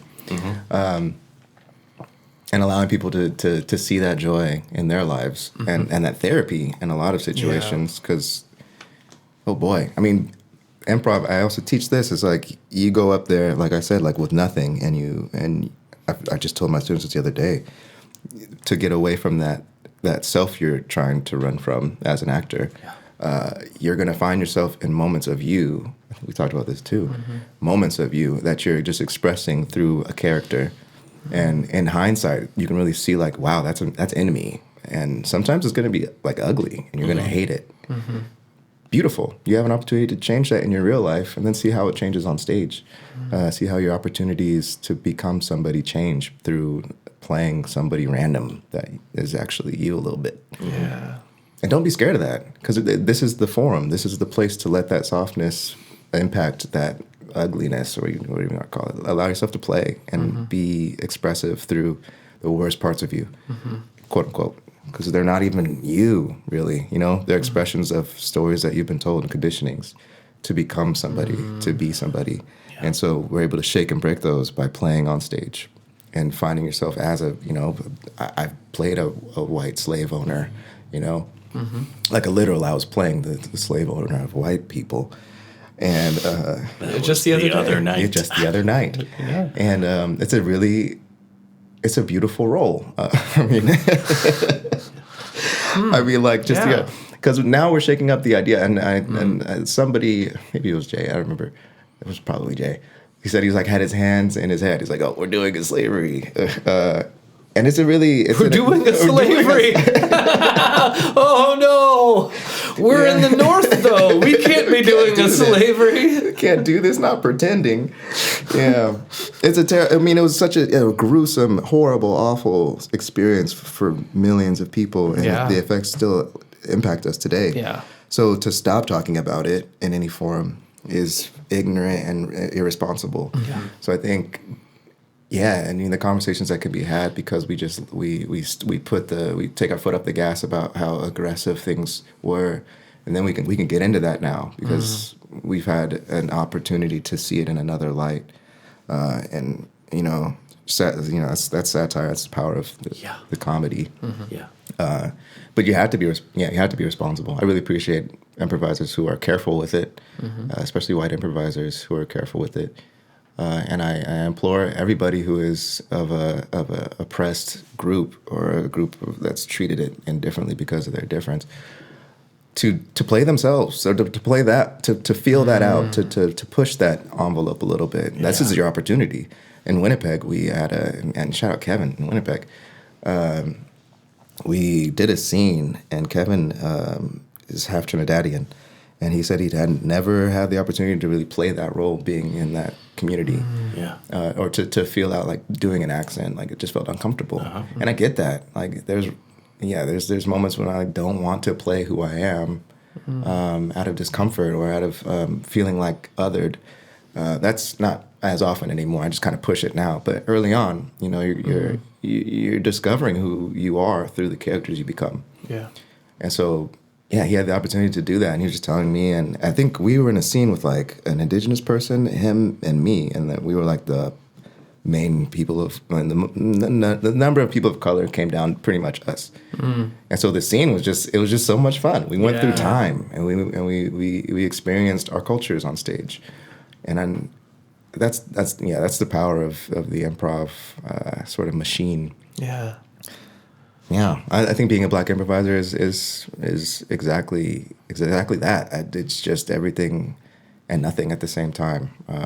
Everything, because being who I am is important to me, and sharing who I am is also important. And seeing other people like me be themselves is really important to me. Tell me about performing with Isaiah. Because when the two of you are on stage, it's magic. Fucking magic. Yeah. Every time. Isaiah. And I'm wondering how much of it is you've been friends for so long. Yeah. And how much of it is great you both get to be yourselves. Yeah. How much of it is, I think it's both. I've been myself with Isaiah since I was 13. And I don't think our relationship has changed much since then. I mean, we've grown up, we've become adults, we've been through so much, separately and together. But I think that connection is never gone. So when we go on stage, it's just that. It's just us in 8th grade playing. Yeah. A lot of times. It's a magical experience playing with him. And I think everybody feels that. It's really unique for me because he continues to do it in the way that he does it. He's just like an explosive, entertaining, and consistent and just grounded in a way that's hilarious. Yeah, I just really appreciate his style. Playing with him, I could do anything, And I feel like I want to play with everybody the way I play with Isaiah. Like just have that friendship, that kinship, that sort of familiarity that allows you to be exactly what the scene asks you to be without questioning how it's going to impact the audience. Like I'm here present, and then whatever happens out there happens out there.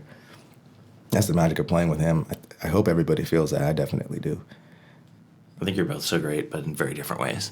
And it's a joy to watch. It's a joy to watch you together, but it's also a joy to watch you separate. Thank you. Because I think you both shine in different ways. And like I know what I'm going to get each time, but it's joyous. Yeah. I appreciate that. Yeah, I really love playing with him whenever we're cast in the same show.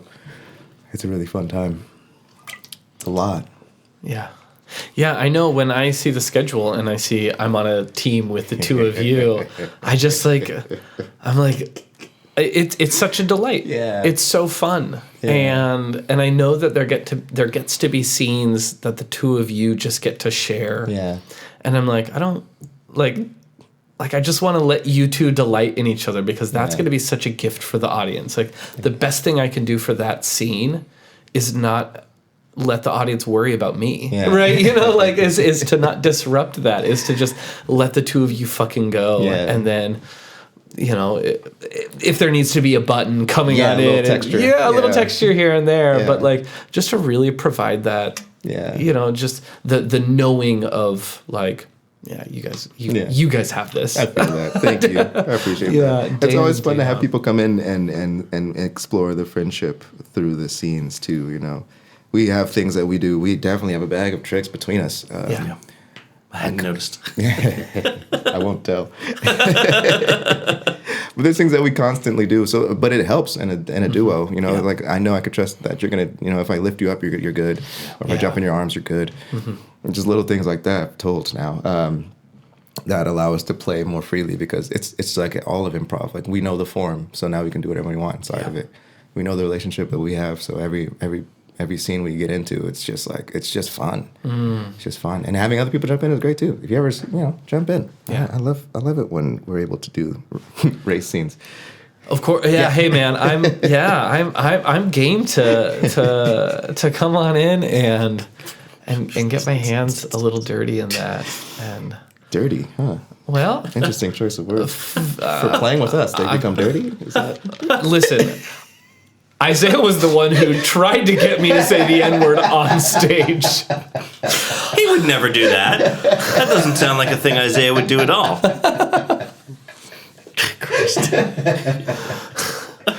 Oh my God. Yeah. Love you guys. Love you guys. Right? Get to just like play ball and like and know that like sometimes like I am going to be thrown something that I'm like, I have to be delicate. Like you have given me the gift of the audience watch me work a Rubik's Cube on stage. Like you handed me a ticking time bomb and like all right. Right? It's a fine line of like letting people be themselves not being themselves on stage, but like we are obviously they're different, and the cast is obviously skewed to a certain culture and identity. Something we talk about in Winnipeg too, but having the it's an opportunity, not a responsibility to make it obvious. I mean, I think that's what the power of like having a diverse cast or ensemble is. Like now we're coming from different places and we can see what they look like together. It's a PBS show now. Yeah. Not like a CW show. Shout out PBS, man. Yeah. Where you can like, it's exciting to see people be where they come from. Not themselves, but just who they are. Yeah. That makes the distinct difference. I know that when race comes up at improv, it could make improvisers nervous. Yeah, and probably because it makes audiences nervous, right? Yeah. And we feel that. Perhaps, yeah. That's simplifying it. Yeah, but I hear you. What are? I don't know the question I was asking. I have it in my heart, but I don't have it in my mouth right now. Okay. I Sorry, I'm childish. Go ahead.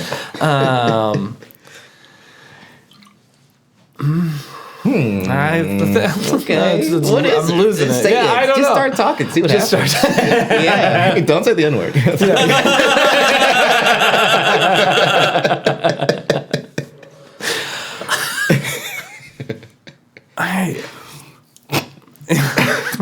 It's getting more and more elusive. It's the keep digging, Chaz. Keep digging. Get your hands dirty, Chaz. Yeah, happy to get my hands dirty. What is it? How do we create a space where the audience feels confident that we're working with race in an intelligent way? And what are the things that you look for in your scene partner that you go, I feel comfortable that we're going to use this. We're going to work with this in a mature way, in an intelligent way, instead of an improviser that you go, maybe this isn't the scene for that. I think it's a toe in the water for a lot of them. Just seeing how someone reacts to a subtle thing, and then how far we can push it from there. Yeah, we talked about this earlier too. There's certain improvisers that it's you're more looking for the improviser that can do it than that can't. Also, I'm not thinking about it. I kind of just do it. Kind of just say whatever it is that's on my mind that the scene is feeling like it's happening. And the improvisers that I've played with so far have all been game. You know, they play with me. Yeah. I don't see anybody. You're in the Coliseum. You know, you're not going to stop fighting. I guess it's crazy. Yeah. The momentum of the scene's happening, right? What are you going to do? Just put the e-brake? Yeah. Right. You're going to be yourself now? Just be the character. Lean into that. I think it's a really powerful moment for people to get out of their heads because it's like, well, now I have to. Yeah. I have to be in this moment. And we talked about Kevin Gazowski earlier. And I always talk about him when this comes up because he just was so game to play with Ray. He was so comfortable. It was almost like chill out, Kevin. He would start it. But he had this way of comfort with himself, and I think that's where the audience gets it. It's from the players getting it. And I think the players are getting it from something outside of what we're able to even define, because it's a confidence that comes from doing it, like just being comfortable with the fact that things are happening that are attributed to race. It's happening, so we're not going to ignore it. And we all know it. So when it comes up on stage, it's like, oh, this is that feeling. This is that beat. What am I going to do? Yeah. And that's improv, baby. This is that time. I'm going to do something. Yeah. So I just love doing it. I love finding that moment with improvisers. I think the comfort comes from the players. And I've talked to players who asked about this as well. How do I play with race? And yeah, I think it's that therapy thing. It's like when you look back at a scene where it came up, how does it feel for you as a person, as an actor? And then reflect on that, learn on that, and then you kind of let that go and get back in the scene and then see what's changed. If you feel comfortable now, or how do you react to something like slavery or prison, or things come up. We had a scene once. They put us in a prison, the audience. Me and Isaiah did a scene, and they put us in a prison. It was a location or something, prison. And we knew, me and him, we have our connection. So immediately we're in the warden's office, and he's the warden, and I'm, the mayor or something. It's like, fuck you guys, it's times like that you get to play. I appreciate it. And now, just sort of disrupt the flow of things. Yeah. Well, that's the idea of playing at the top of your intelligence, right? We know what the audience expects, and the thing is that level of expectation is a story already, and I think that goes back to that Lotsie, is when I do that call and response, even if it's just with myself, I now know the script that I'm playing. And so when we play with that, in the same way that when we say, what's a room in the house? And the audience goes, bathroom, and we all go we roll our eyes, but that doesn't mean that we can't do I'm renovating the bathroom. Right? But it's because there's a certain script that we all are afraid that we're going to go down. Same thing with dildo, the popular suggestion. Yes. Yeah. And I remember... it's the tastiest bread. It is. Really. Wait a minute. So, what? It's like so much dill and with that wheat. Dough. Okay. Oh, dildo. Okay. Dildo. Yeah. Hey, man. I'm not going to your bakery.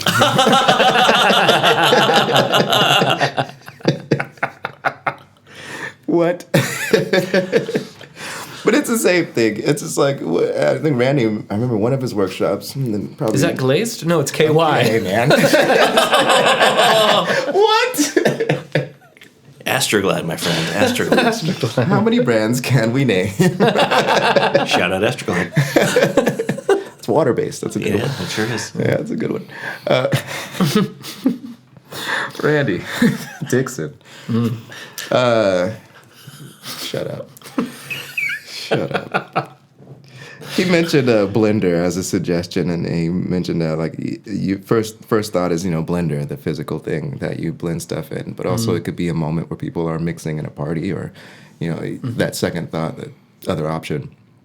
And that's exactly the same thing with Warden. It's like we're the top of your intelligence is beyond the obvious. Yeah. And being beyond the obvious is where the most fun happens. Yeah. In my opinion, it's like, here's what we're going to do. We're going to usurp those thoughts that you had about this thing, and it's not on purpose. I think that's it's like a teaching moment in year 3 as well. It's like I don't have a bag of tricks to get here. It's like I just know a feeling that I had in that moment and I go with it. Yeah. And that's where like the intentionality behind living your regular life and learning things is so important, because then you don't have to think about it. It's just in your heart. It's in your heart and soul. It's Kevin's heart and soul. Professors like you and you, both of you guys have that intention to be good people and informed people. And once you have that on stage, you can do anything. Yeah. A dumb person can't be a good improviser. And just make yourself smart. Amen. Yeah. Amen. I think that's the crux of it, is when a 100 level student or someone who is going, yeah, they're funny, I could do that, right? Yeah. Gets prison and sees the two of you, do that A to B to C sort of move. They go, oh yeah, I got to be clever to do improv. Yeah. And it's just that dichotomy of no, it's not that. It's, I'm not saying I have to be, it's, I got to cast a white net. Yeah. And in all offers, eventually you do so many dildo scenes, you do so many bathroom scenes, you do so many scenes where you ask the audience for what's a relationship and they say siblings and you go, great, so not an offer. Or, like it's just like, or cousins, like, okay, so great, so we're going to look at each other and be like, so your where are you going? dad's my dad's brother. I don't know. Yeah. And like, so, right, like we're asked eventually to cast a wider and wider net. And I think it's just that is when we get that offer from the audience, you take that step and you just go, what's everything that I associate? And I don't need to lock it on any one thing. Oh my God, yeah. It's just all the possibilities that I have. Yeah. And that's the difference, I think, with the improvisers in a stand-up. I remember doing shows where we were collecting suggestions, and like I hear someone in the back say like what they heard, and like, okay, so this is what we are. I'm like, I don't know that yet. We don't know that yet. We don't know that yet. So, but that's the brilliance of a stand-up too. Like they're writing it as they're going, which is really impressive. And as an improviser, once you've hit the moment that you know it is, then you've lost it, because you're trapped in your mind about what it was supposed to be. So then when someone does a little something different, when someone's a warden instead, then you're like, oh, now you're thinking about the next thing, but you're in the moment now. So you can't think. Respond. Yeah. Respond. You good? Yeah, I'm great. Okay. You look like you're going to vomit. Thank you. You hated that answer. No. That's his tell. It's that and your finger thing. That's your tell. Yeah, Finger thing. Yeah, it's another thing I see from the booth is everyone's tells. It's my tell. Yeah, you do like kind of a little naughty thing, and you're like you think. Oh my God, I do. This little thing. Yeah. Whoa, Paul. Yeah. I just felt myself doing it. Like I've done it a lot. Yeah. That used to be mine as well, and then I've tried to adjust it because Thomas called me out on it. Oh my God, I'm gonna think about it. Okay. Yeah. Tony clenches his jaw. He does. Yeah. He's like, And I only saw it when I was in like the first row watching something. But yeah, I've seen everyone's like, oh, that's their gears are turning tell. Whoa. And now I've just revealed it. And now I'll never get into any company anywhere because you now know all of the I watch too closely. Right. That's it. It's a valuable skill, man. Yeah. That's amazing. I'm going to edit this whole part out. He's keeping all of your swears in, though. I'm doing like 2 or 3, You keep them. It's cool. Keep them. That's brilliant. It's not a bad thing, right? It's just like, it's part of the process. Like everyone has something that they do. And I don't think if it's not distracting. Yeah. It's not like we're screaming. No. Every time I don't like an offer, I scream out loud.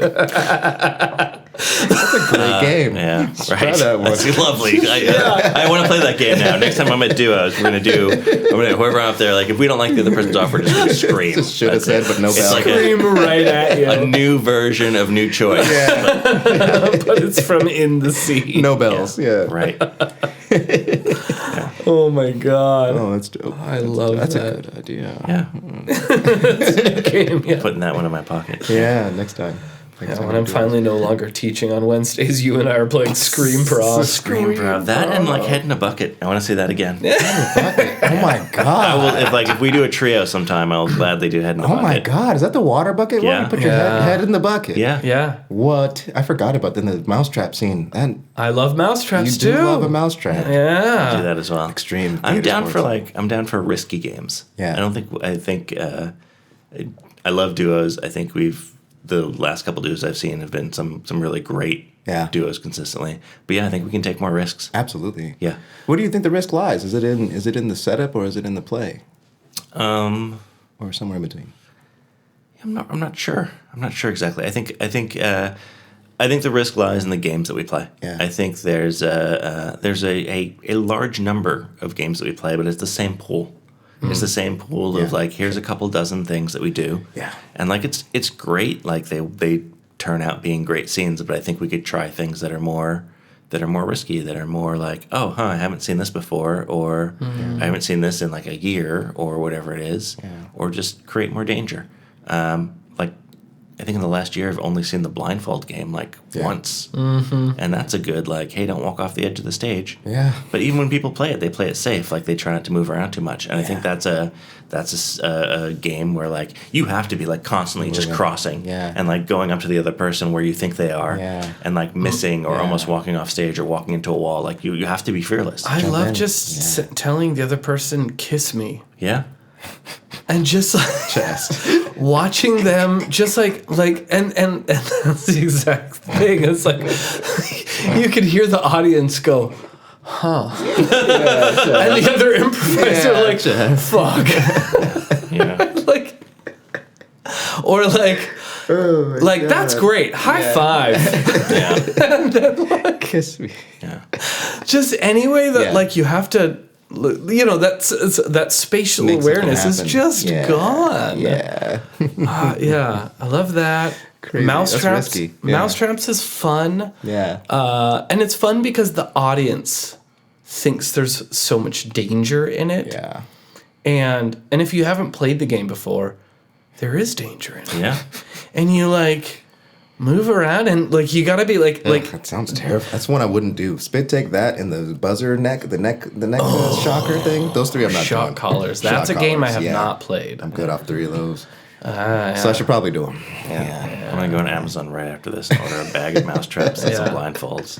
And then you and I have not done a duo yet. We haven't done a duo. And then we should do mousetraps. I would love to. Yeah. That sounds fun. Yeah. Our first ever scene together was a long form noir up in Whidbey Island. Why? January. Yeah. Last January. Yeah. Our very first show together. Yeah. Why were you on Whidbey doing long form noir?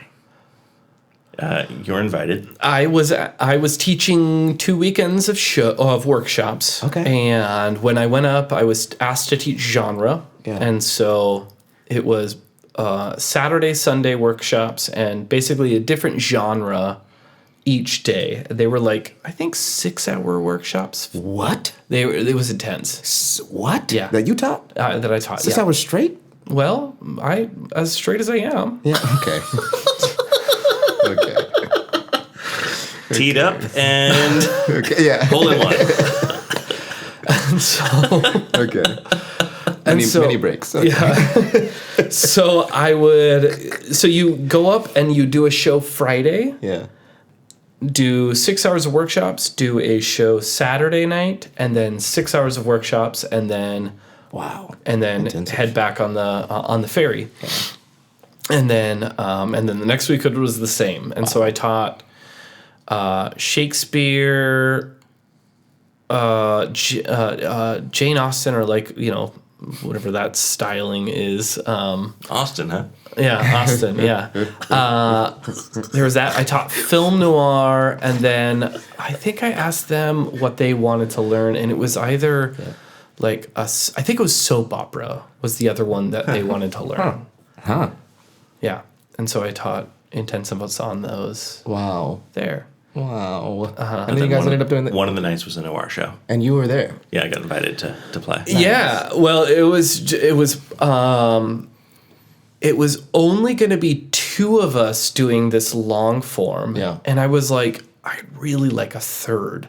And so Paul and I happened to be... We had dinner like 2-3 weeks before. No, it was Wednesday before. Was it? It was duos. Okay. We're having dinner. And I was like, I got this show, man. I was like, I got this noir to do. I was like, you wouldn't happen to be available this weekend? He was like, yeah, I'd be there. And I was like, hell yeah, dog. So I like emailed the AD and was like, hey, if my buddy Paul showed up, I was like, oh yeah. She was like, oh yeah, I know Paul. Yeah, come on up. And so the three of us did a noir. How long was it? Like 90 minutes. 90 minutes. We had a three-piece... With 3 people? 3-piece jazz band improvising alongside of us. Ooh. Yeah, it was So sexy. And it was just nice. 3 of us. Yeah. Yeah, that's why I was nervous. dope. It was just like 2 people for 90 minutes. That's going to be a lot. That's a lot of work. How many characters did you play each? Just the ones? 1 or 2. I think I was also a driver at some point, so I played like 2 people. I was like a semi-corrupt businessman, and then I was like a cab driver at some point. Yeah. Okay. That was basically it. Did I play just one character? No, you played someone else in the beginning, because it took me a minute to realize you were the femme fatale. Yeah, I did end up playing with Femme Fatale. Yeah, Straight you as were you someone could. before that. Yeah. Thank you. Yeah. Thank you. Yeah. We almost kissed. Yeah. Blindfolds weren't there. That's the problem. That's it. That was it. Doesn't take me a blindfold. Okay, Jess. Another game that I love, speaking of risks, It doesn't take me a blindfold? no, is Almost Kissing. Oh, what? Yeah. Oh, Yeah. that game. Yeah, I yeah. love that game. How does that game go for those who don't know? Yeah. So that game, so you just play an open scene. Yeah. You just tell the audience that in this scene we won't kiss. We won't kiss. Yeah. Oh. And which I love because in no other scene that night has anyone gotten close to kissing. And so now you put this weird promise to the audience that you won't fulfill. I love that. Yeah. It's so fun. It's the same sort of like tease. It's different, but it smacks of order a Coke, where you just say sometime during the scene we're gonna order a Coke, and it's just like, what? That's the rule that you have. I love that. And yeah, Almost Kissing. You just say, great. We're just gonna do them in an open scene, but the only rule is we can't kiss. Nice. During this. I love that. And then the game is just how close can the improvisers get without ever kissing. And it's so fun just to play that, like that push and pull and that closeness. Yeah. The anti-promise of the scene is really fun. It is, yeah. I can see that with a lot of, it doesn't have to be kissing. I get it, but it's a great format. It's that same thing. It's like we got the form and now we can play however we want. Right? Death in 60 Seconds is another kind of iteration of that. In 60 seconds, someone will die. Yeah. And what if just at the top of the scene, you just drop dead? Yeah. It doesn't have to be at the end of 60 seconds. Yeah. Someone just drops dead and now everyone has to figure out who killed him. You know, right? That's fun. That's fun. Wow. And you still have 60 seconds? You got 60 more seconds to figure out what the hell's going on, right? Turn it on its head. Or none of us are gonna die in this scene. It's just like it's a weird. No one can die in this scene. It's just a fun little. Yeah, I love that. Right now, the audience is like, "Wait, but what?" Right? Like, and I think Head in a Bucket has a similar sort of feel where the audience is like, "There is a risk that is happening," and now we're fully aware of this, like of the. I think what it is they're aware of the conceit around the game. Yeah. It's not like Alphabet Game where they see us playing inside the game. Yeah. You know, unless we play Alphabet Game where it's not every sentence or every line of dialogue, it's every sentence. Yeah, tough version. Yeah, right? So then every time you're about to speak, I then continue with the next. Whoa. You know, and I take a couple letters, so then you are constantly on your back foot having to recalibrate what fucking letter is it. Right. And you just, and every time they're about to say something, you then jump on in and just like keep kicking it down the road, keep kicking it down the road. And now the audience is aware of this conceit outside of the game. Yeah. Arguably the most difficult version of the game. Yeah. But I wouldn't say that, that should be something we should try. Continuing here, I think it's challenging for other people to just keep track of what's going on. Yeah. We should not try that.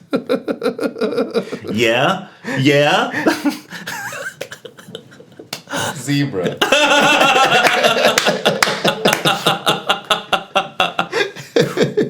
Fucking Christ.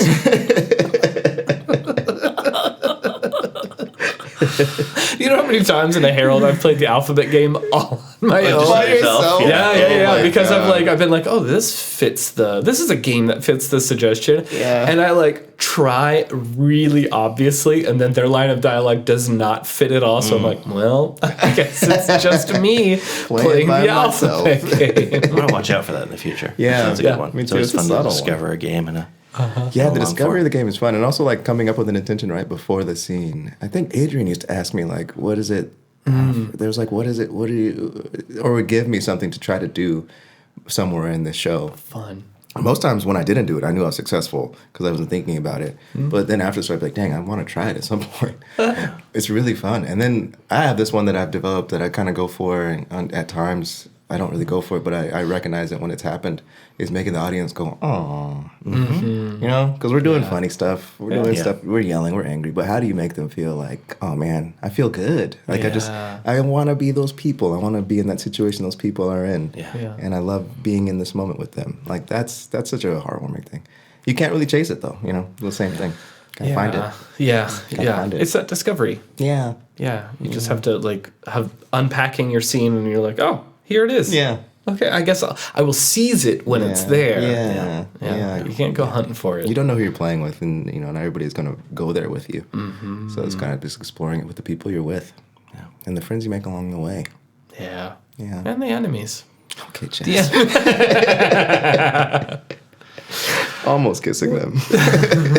As we're kind of wrapping up, Yeah, what do you think the Pacific Northwest improv scene needs? What is missing? What needs to change? If you're gonna put a crystal ball 5 years in the future when you're in LA and hyper successful there, and you look back at Seattle and say like, oh man, if I'd only stayed there, I would be able to experience this amazing thing. Yeah. What do you hope that is for the Pacific Northwest? Yeah. Oh wow. More Tunisians. Yeah. More Tunisians. Sorry, buddy, I'm sterile.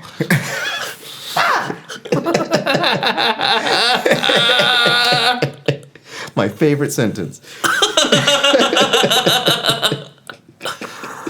Oh, but in a serious note, yeah. But people of color, I think having more people of color on stage in the Pacific Northwest is a overarching goal for me. Not one I'm chasing, but one I'm finding is happening. I really appreciate, you know, Isaiah Harris, Malia Woodley, Zade, Terry, my brother, all these people that play with each other and me on that stage. Chelsea, Jay, like those people who've come up, Belinda, Nicole, is folks that add so much texture to our company. Sid, I'm thinking of them all as I'm talking. Yeah, it's really important that we have that happen. That we have spaces for people who are different from us to play together. Yeah, and that there's a lot of difference. That I'd love to see that happen more often in the Pacific Northwest. Improv is such a beautiful art form. It's got an exclusivity to it that is unnecessary. I think it has an accessibility to it that is really off center, and I think people should know that they can do it. Anybody can do it, and specifically people of color can do it and should do it, and find themselves on stage and free themselves into the expression of themselves. You know, and just let that be who they are on and off stage. Like just be free. yeah. What is it that companies can do to help that? It's a great question.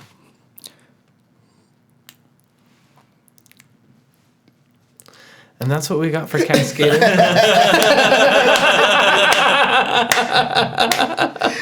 Oh my God! Do more auditions. I think do more auditions. We need to see more people come up on stage and do their thing. Do more outreach into communities where the shows aren't happening as often. There's great things happening right now with Langston Hughes Performing Arts Center. We have an improv company or improv group coming together that is all black. Seattle Black Improv Group, and then there's a South Asian one as well. I'm forgetting their name, but shout out them. I think just having more people on stage doing it allows for people who are off stage to see that they can do it. Is how companies can do it. So just it's difficult on an administrative level to get people into a space. I understand that.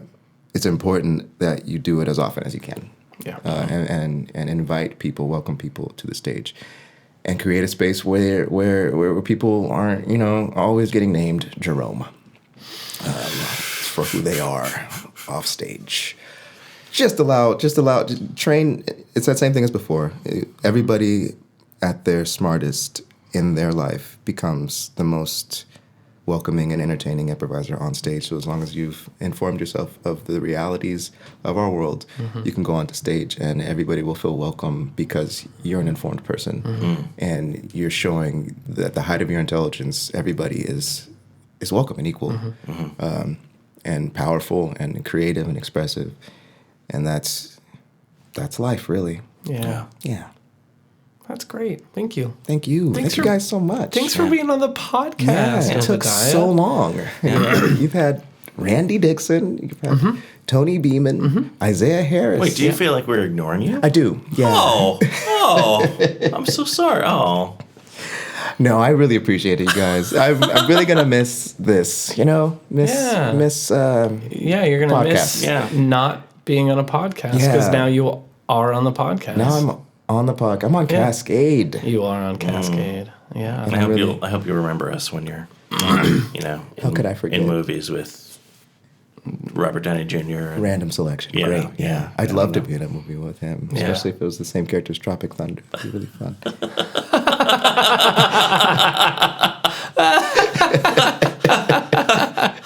It'd be really fun.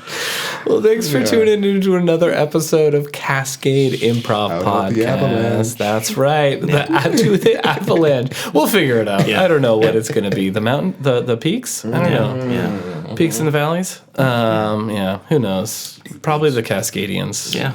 Probably our friends. That's what it is. Let's be real. If you're in the Pacific Northwest and you would like to be on the podcast, or you know someone who would make a great guest on the podcast, reach out to us at cascadeimprovpodcast@gmail.com. And if you want to bring Paul and or I out to teach a workshop, we're happy to do shows, happy to teach workshops. And Paul currently has a workshop that he has been working on. I know he and I have both been doing some curriculum development. We have on that this very workshop, and it is how do you find your inner playfulness, bringing out sex toys in your improv, specifically KY Jelly, Astroglide, and the dildo. Yes. Sex prof. That's what it is. That's what it is. Thank you so much for tuning in to another episode, and we'll see you all next time. Yep. Thanks for listening. Never have to look back now. Ooh, yeah. The Cascade Improv Podcast is produced by Paul Furio and Chaz Kaskas. Musical backing is provided by Anomi Bell, whose music can be found online at anomibell.bandcamp.com.